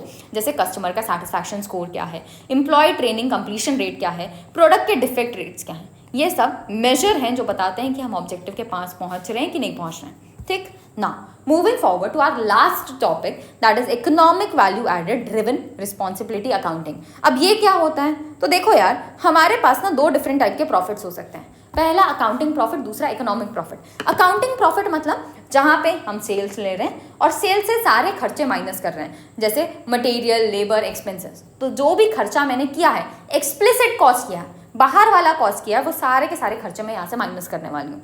जब इकोनॉमिक प्रॉफिट हम देखते हैं ना, तो इकोनॉमिक प्रॉफिट के अंदर हम सेल्स से एक्सप्लिसिट कॉस्ट मतलब मटेरियल, लेबर, एक्सपेंसेस वाला खर्चा माइनस करते हैं और साथ ही साथ इम्प्लिसिट कॉस्ट भी माइनस किया जाता है। जैसे लेट्स से मेरा बिजनेस है, ठीक है, मैंने बिजनेस में अपने 1 लाख रुपए लगाया। 1 लाख रुपए लगाने के बाद मैंने बिजनेस चालू किया। मैं मैगी बना रही थी, मैगी बनाने के लिए मैंने मटेरियल खरीदा 20,000 रुपये का, लेबर लगाया 20,000 रुपये का, एक्सपेंसेस किए 20,000 रुपये के। टोटल खर्चे कितने हो गए? 60,000। 60,000 का खर्चा किया, सेल्स कितना किया? 2 लाख रुपये। 2 लाख रुपए की सेल्स की, 60,000 का खर्चा किया, तो एट द एंड प्रॉफिट कितना आ रहा है? 1,40,000। इसको क्या बोला जाता है? इसको बोला जाता है एक्सप्लिसिट कॉस्ट के साथ आया हुआ profit, which is accounting profit. क्योंकि यहाँ पे मैं कौन से खर्चे कंसिडर कर रही हूँ? सिर्फ और सिर्फ बाहर वाले खर्चे, ठीक है। लेकिन अगर आप नोटिस करो तो यहाँ पे एक और खर्चा भी है। मैंने 1 लाख रुपए अपने बिजनेस में डाला, मैं इसको क्यों नहीं कंसिडर कर रही हूँ? ये 1 लाख रुपए इस बिजनेस में डालने की जगह मैं कहीं और लगाती तो इससे पैसे अर्न कर पाती ना।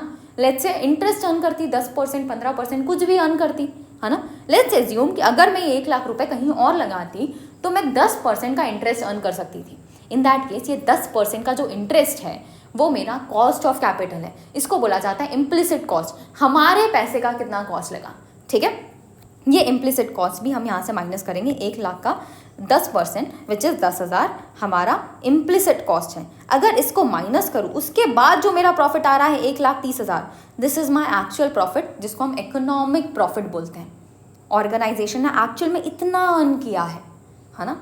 चलो, so accounting profit traditional method है जिसके अंदर हम रेवेन्यू से सिर्फ एक्सप्लिसिट कॉस्ट माइनस करते हैं, और इकोनॉमिक प्रॉफिट के अंदर हम एक्सप्लिसिट और इम्प्लिसिट दोनों कॉस्ट को माइनस करते हैं। इकोनॉमिक प्रॉफिट को प्योर प्रॉफिट बोला जाता है, क्योंकि यहाँ पे जब आप अकाउंटिंग प्रॉफिट फॉलो करते हो ना तो ये थोड़ा मिसलीडिंग होता है, क्योंकि इसके अंदर आप एक most important cost of capital को कंसिडर ही नहीं कर रहे हो। इकोनॉमिक प्रॉफिट एक ट्रू सरप्लस हमको शो करता है कि हमने जो सारे इनपुट्स लगाए, हमने जो सारा कैपिटल लगाया, उन सब से एट द एंड हमने एक्चुअल में कितना प्रॉफिट अर्न किया, ठीक है। इकोनॉमिक प्रॉफिट क्यों मैटर करता है? क्योंकि ये हमारे ज़्यादा अच्छी परफॉर्मेंस मेजर को बताता है। देखो यार, मैनेजर लेट्स एज्यूम कि सिर्फ 10,000 रुपये कमा रहा है। इन दैट केस 1 लाख का 10%, 10,000 का आपका कॉस्ट ऑफ कैपिटल होना चाहिए। आप 10,000 रुपये कमा रहे हो अकाउंटिंग प्रॉफिट के हिसाब से, 10,000 रुपये आपका कॉस्ट ऑफ कैपिटल होना चाहिए। तो एट द एंड आपने कुछ कमाया क्या? कुछ भी नहीं कमाया। इस बिजनेस में पैसे लगाने से कोई भी अलग से फ़ायदा नहीं मिला। ये हमें अकाउंटिंग प्रॉफिट बताता है, जो ज़्यादा डिमांडिंग होता है, मैनेजर को फोर्स करता है कि भाई साहब अगर आप कैपिटल इस्तेमाल कर रहे हो तो आपको उसके लिए भी खर्चे निकालने पड़ेंगे और उसके बाद प्रॉफिट आपका होगा, ठीक है। Next, better resource allocation. आप ज़्यादा अच्छे से अपने रिसोर्सेज को एलोकेट करते हो, अपने कैपिटल को एलोकेट करते हो, उन बिजनेसेस में लगाते हो जहाँ पे आप अपने कैपिटल से ज़्यादा पैसा अर्न कर पाओ, ठीक है। इकोनॉमिक वैल्यू एडेड एक इंपॉर्टेंट मेजर है जिसकी मदद से हम इकोनॉमिक प्रॉफिट पता करते हैं। इकोनॉमिक वैल्यू एडेड EVA निकालने के लिए आपको NOPAT, that is net operating profit after tax, से कॉस्ट ऑफ कैपिटल भी माइनस करना पड़ता है। तब हमें पता चलता है कि एक्चुअली हमने कितना प्रॉफिट अर्न किया इस पर्टिकुलर बिजनेस से। एडवांटेजेस क्या है? Stricter performance discipline. हमारे मैनेजर्स के लिए एक स्ट्रिक्टर परफॉर्मेंस डिसिप्लिन आ जाता है कि भाई साहब तुम अगर सिर्फ प्रॉफिट एक्सप्लिसिट खर्चों को माइनस करने से मान रहे हो तो वो नहीं माना जाएगा। कॉस्ट ऑफ कैपिटल भी माइनस करो और उसके बाद पता चलेगा कि तुमने एक्चुअल में प्रॉफिट अर्न किया है कि नहीं किया है। और मोस्ट ऑफ द बिजनेसेस वहाँ पे फेल हो जाती हैं, क्योंकि जितना पैसा उन्होंने लगाया वो उतने का भी रिटर्न नहीं अर्न कर पाते हैं, ठीक। Next, improved capital allocation. हम ज़्यादा अच्छे से अपने कैपिटल को एलोकेट कर पाते हैं क्योंकि हमको पता है कि हमको हमारे कॉस्ट ऑफ कैपिटल का भी पैसा निकालना है, ठीक। इस क्वेश्चन के साथ हमने पूरा का पूरा chapter number 1 of strategic management खत्म किया। एक बार फटाफट से रिवाइज करते हैं कि हमने पढ़ा क्या है आज, है ना। सबसे पहले हमने स्ट्रैटेजी क्या होता है वो देखा, फिर हमने स्ट्रैटेजी से रिलेटेड कैरेक्टरिस्टिक्स देखे। स्ट्रैटेजी की कैरेक्टरिस्टिक्स समझने के बाद हमने कॉन्सिक्वेंसेस देखे कि ये कैरेक्टरिस्टिक्स अगर आपको चाहिए स्ट्रैटेजी के अंदर, जैसे लॉन्ग टर्म, कॉम्पिटिटिव एडवांटेज, ये सारे कैरेक्टरिस्टिक्स के लिए आपको कुछ कॉन्सिक्वेंसेस बेयर करने पड़ते हैं। जैसे स्ट्रैटेजीज कॉम्प्लेक्स होती हैं, अनसर्टेनिटी होता है यहाँ पे। फिर हमने 3 लेवल ऑफ स्ट्रैटेजीज देखी। पहला कॉर्पोरेट लेवल, दूसरा बिजनेस लेवल और तीसरा फंक्शनल स्ट्रैटेजी। नेक्स्ट, हमारे पास 2 अलग अलग टाइप की स्ट्रैटेजीज होती है जिसको हम बोलते हैं red ocean versus blue ocean. Red ocean मतलब पहले से एक इंडस्ट्री है, पहले से एक मार्केट है, पहले से कंपटीशन है, वहाँ पे जाके लड़ाई लड़ रहे हो। ब्लू ओशन मतलब अपना खुद का मार्केट क्रिएट करना। फिर हम गए स्ट्रैटेजिक मैनेजमेंट की तरफ। Strategic management high level decision होते हैं जो लॉन्ग टर्म में मेरे डायरेक्शन को शेप करने वाले हैं, ठीक है। नेक्स्ट, हमने समझा कि ऑब्जेक्टिव क्या होता है स्ट्रैटेजिक मैनेजमेंट का, जैसे हमारे पास क्या अपॉर्चुनिटीज़ है उनको आइडेंटिफाई करना, नई अपॉर्चुनिटीज़ क्रिएट करना, मैनेजमेंट को डायरेक्शन देना, अंडरस्टैंडिंग देना, ठीक है ना। नेक्स्ट हमने देखा कि basic elements of strategic management क्या होते हैं। पहला एलिमेंट क्या होता है बताओ? Environmental scanning. नेक्स्ट, स्ट्रैटेजी का फॉर्मुलेशन। नेक्स्ट, स्ट्रैटेजी का इम्प्लीमेंटेशन और लास्ट में इवैल्यूएशन एंड कंट्रोल, ठीक है। नेक्स्ट, कॉम्पिटिटिव एडवांटेज हमने समझा। कॉम्पिटिटिव एडवांटेज कब मिलेगा? जब आप कॉम्पिटिटर से ज़्यादा अच्छा परफॉर्म कर रहे हो, या तो तुम कॉम्पिटिटर से ज़्यादा वैल्यू दे रहे हो या तो कॉम्पिटिटर से कम कॉस्ट में सेम प्रोडक्ट प्रोवाइड कर रहे हो। दोनों सिचुएशन में आपको कॉम्पिटिटिव एडवांटेज मिल सकता है। कॉम्पिटिटिव पैरिटी क्या होता है? जब हम और हमारा कॉम्पिटिटर सेम सिचुएशन पे। कॉम्पिटिटिव डिसएडवांटेज क्या होता है? जब आप अपने कॉम्पिटिटर से नीचे हो तब आप कॉम्पिटिटिव डिसएडवांटेज पे हो, ये माना जाता है। नेक्स्ट, विजन क्या होता है? Desired future state of an organisation. Mission क्या होता है?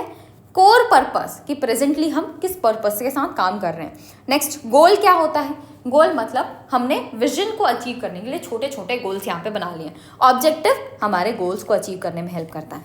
फिर इसके बाद हमने ऑर्गेनाइजेशन कल्चर देखा कि ऑर्गेनाइजेशन का कल्चर कैसा है। वो 4 लेयर से पता चलता है। उनके वैल्यूज़, बिलीव्स, बिहेवियर और टेकन फॉर ग्रांटेड एजम्पशंस क्या हैं। फिर हमने एथिकल बिहेवियर देखा। एथिकल बिहेवियर अगर चाहिए तो वैल्यूज़ को आर्टिकुलेट करो, ठीक है। नेक्स्ट क्या करो बताओ?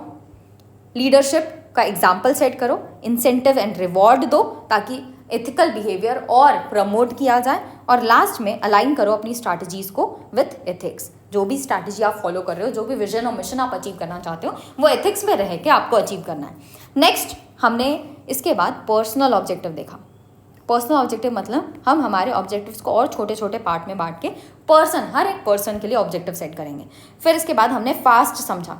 जब हमने ऑब्जेक्टिव देखा था तो हमने देखा था कि ऑब्जेक्टिव्स कैसे होने चाहिए? स्मार्ट। लेकिन ये स्मार्ट अब ट्रेडिशनल अप्रोच हो चुका है। अब क्या आ चुका है? फास्ट, जिसकी मदद से हम हमारे ऑब्जेक्टिव्स, हमारे गोल्स को सेट करते हैं। फास्ट में एफ क्या होता है? Frequently discussed, A ambitious, S specific, T transparency, ठीक है। नेक्स्ट, स्ट्रैटेजिक लीडरशिप क्या होता है? हमने ये समझा कि ऐसा लीडर जो स्ट्रैटेजी बनाएगा, स्ट्रैटेजी इंप्लीमेंट करके कॉम्पिटिटिव एडवांटेज लेके आएगा और सक्सेस अचीव किया करेगा। सक्सेस को कैसे मेजर करेंगे? हमारे शेयर होल्डर्स कितने हैप्पी हैं, क्या शेयर होल्डर्स को प्रॉफिट, स्टेबिलिटी और ग्रोथ मिल रहा है क्या? अगर ये तीनों चीज़ें मिलेंगी तो शेयर होल्डर खुश रहेगा। फिर इसके बाद हमने क्वालिटीज़ देखी कि एक लीडर के अंदर क्या क्या क्वालिटीज़ होनी चाहिए। वो विजनरी होना चाहिए, उसके अंदर कम्युनिकेशन अच्छा होना चाहिए, मतलब जो भी उसने विजन बनाया है वो उसको प्रॉपरली कम्युनिकेट करना आना चाहिए। उसका बिजनेस एक्यूमेन अच्छा होना चाहिए, जो भी विजन बनाया है उसके लिए एक proper activities, proper business model वो बना पाना चाहिए। नेक्स्ट, उसका कमिटमेंट अच्छा होना चाहिए। नेक्स्ट, इन्फॉर्मेशन नेटवर्क अच्छा होना चाहिए, external as well as internal environment में अच्छे से कम्युनिकेट कर पाना चाहिए। एम्पावरमेंट, वो एम्प्लॉयज़ को एम्पावर करना चाहिए, और कंसेंसस बिल्डर होना चाहिए। अथॉरिटी नहीं जमाना है उसको अपने सारे एक्शंस के ऊपर, सारे गोल्स के ऊपर कंसेंसस लेके आना है कि सारे एम्प्लॉयज़ उससे एक्सेप्ट कर रहे हैं, ठीक है ना। नेक्स्ट हमने साइकोलॉजिकल एबिलिटीज़ मतलब इमोशनल इंटेलिजेंस देखा ऑफ स्ट्रैटेजिक लीडर। क्या क्या इमोशनल इंटेलिजेंस होना चाहिए? सेल्फ अवेयर रहना चाहिए, सेल्फ रेगुलेटेड रहना चाहिए, मोटिवेटेड रहना चाहिए, एम्पैथी रहना चाहिए, और सोशल स्किल्स उसकी अच्छी रहनी चाहिए। नेक्स्ट, ऑर्गेनाइजेशनल चेंज मैनेजमेंट हमने समझा। अगर ऑर्गेनाइजेशन के अंदर चेंज लाना है तो उसको प्रॉपरली मैनेज करना पड़ेगा। मैनेज करने के लिए हमको हमारे यहाँ के लीडर, हमारे ह्यूमन रिसोर्स की टीम और साथ साथ एम्प्लॉयज़ सबको इन्वॉल्व करके चेंज मैनेजमेंट लेके आना पड़ेगा। और इसके अंदर हमने डिफरेंट मेथड्स भी देखे, जैसे McKinsey, Kurt Lewin's, ADKAR, Kubler Ross and William Bridges, ठीक है ना। नेक्स्ट हमने समझा परफॉर्मेंस ऑब्जेक्टिव क्या होता है, जो हमारे एम्प्लॉयज़ के परफॉर्मेंस को मेजर करता है कि वो इम्प्रूव कर रहे हैं विद टाइम कि रिड्यूस कर रहे हैं अपनी परफॉर्मेंस को। तो परफॉर्मेंस ऑब्जेक्टिव को मेजर करने के लिए हम परफॉर्मेंस बेस्ड कर सकते हैं या फिर डेवलपमेंट रिलेट कि एम्प्लॉयज़ का डेवलपमेंट कितना हो रहा है या फिर एम्प्लॉयज़ परफॉर्म किस तरीके से कर रहे हैं। नेक्स्ट, बैलेंस स्कोर कार्ड हमने देखा। बैलेंस स्कोर कार्ड के अंदर 4 पर्सपेक्टिव होते हैं, financial, customer, internal business processes and last is learning and growth, ठीक है ना। लास्ट हमने क्या कवर किया? इसके बाद लास्ट हमारा था economic value added. Economic value added कैसे निकलता है? हमको नोपैट लेना पड़ता है, that is net operating profit after tax. उसमें से हम कॉस्ट ऑफ कैपिटल को रिड्यूस कर देते हैं तो हमारे पास इकोनॉमिक वैल्यू एडेड आ जाता है। डन। सो इसके साथ हमारा first chapter of strategic management पूरा का पूरा खत्म होता है। अगली क्लास में हम नेक्स्ट चैप्टर के साथ स्टार्ट करेंगे। Till than happy learning.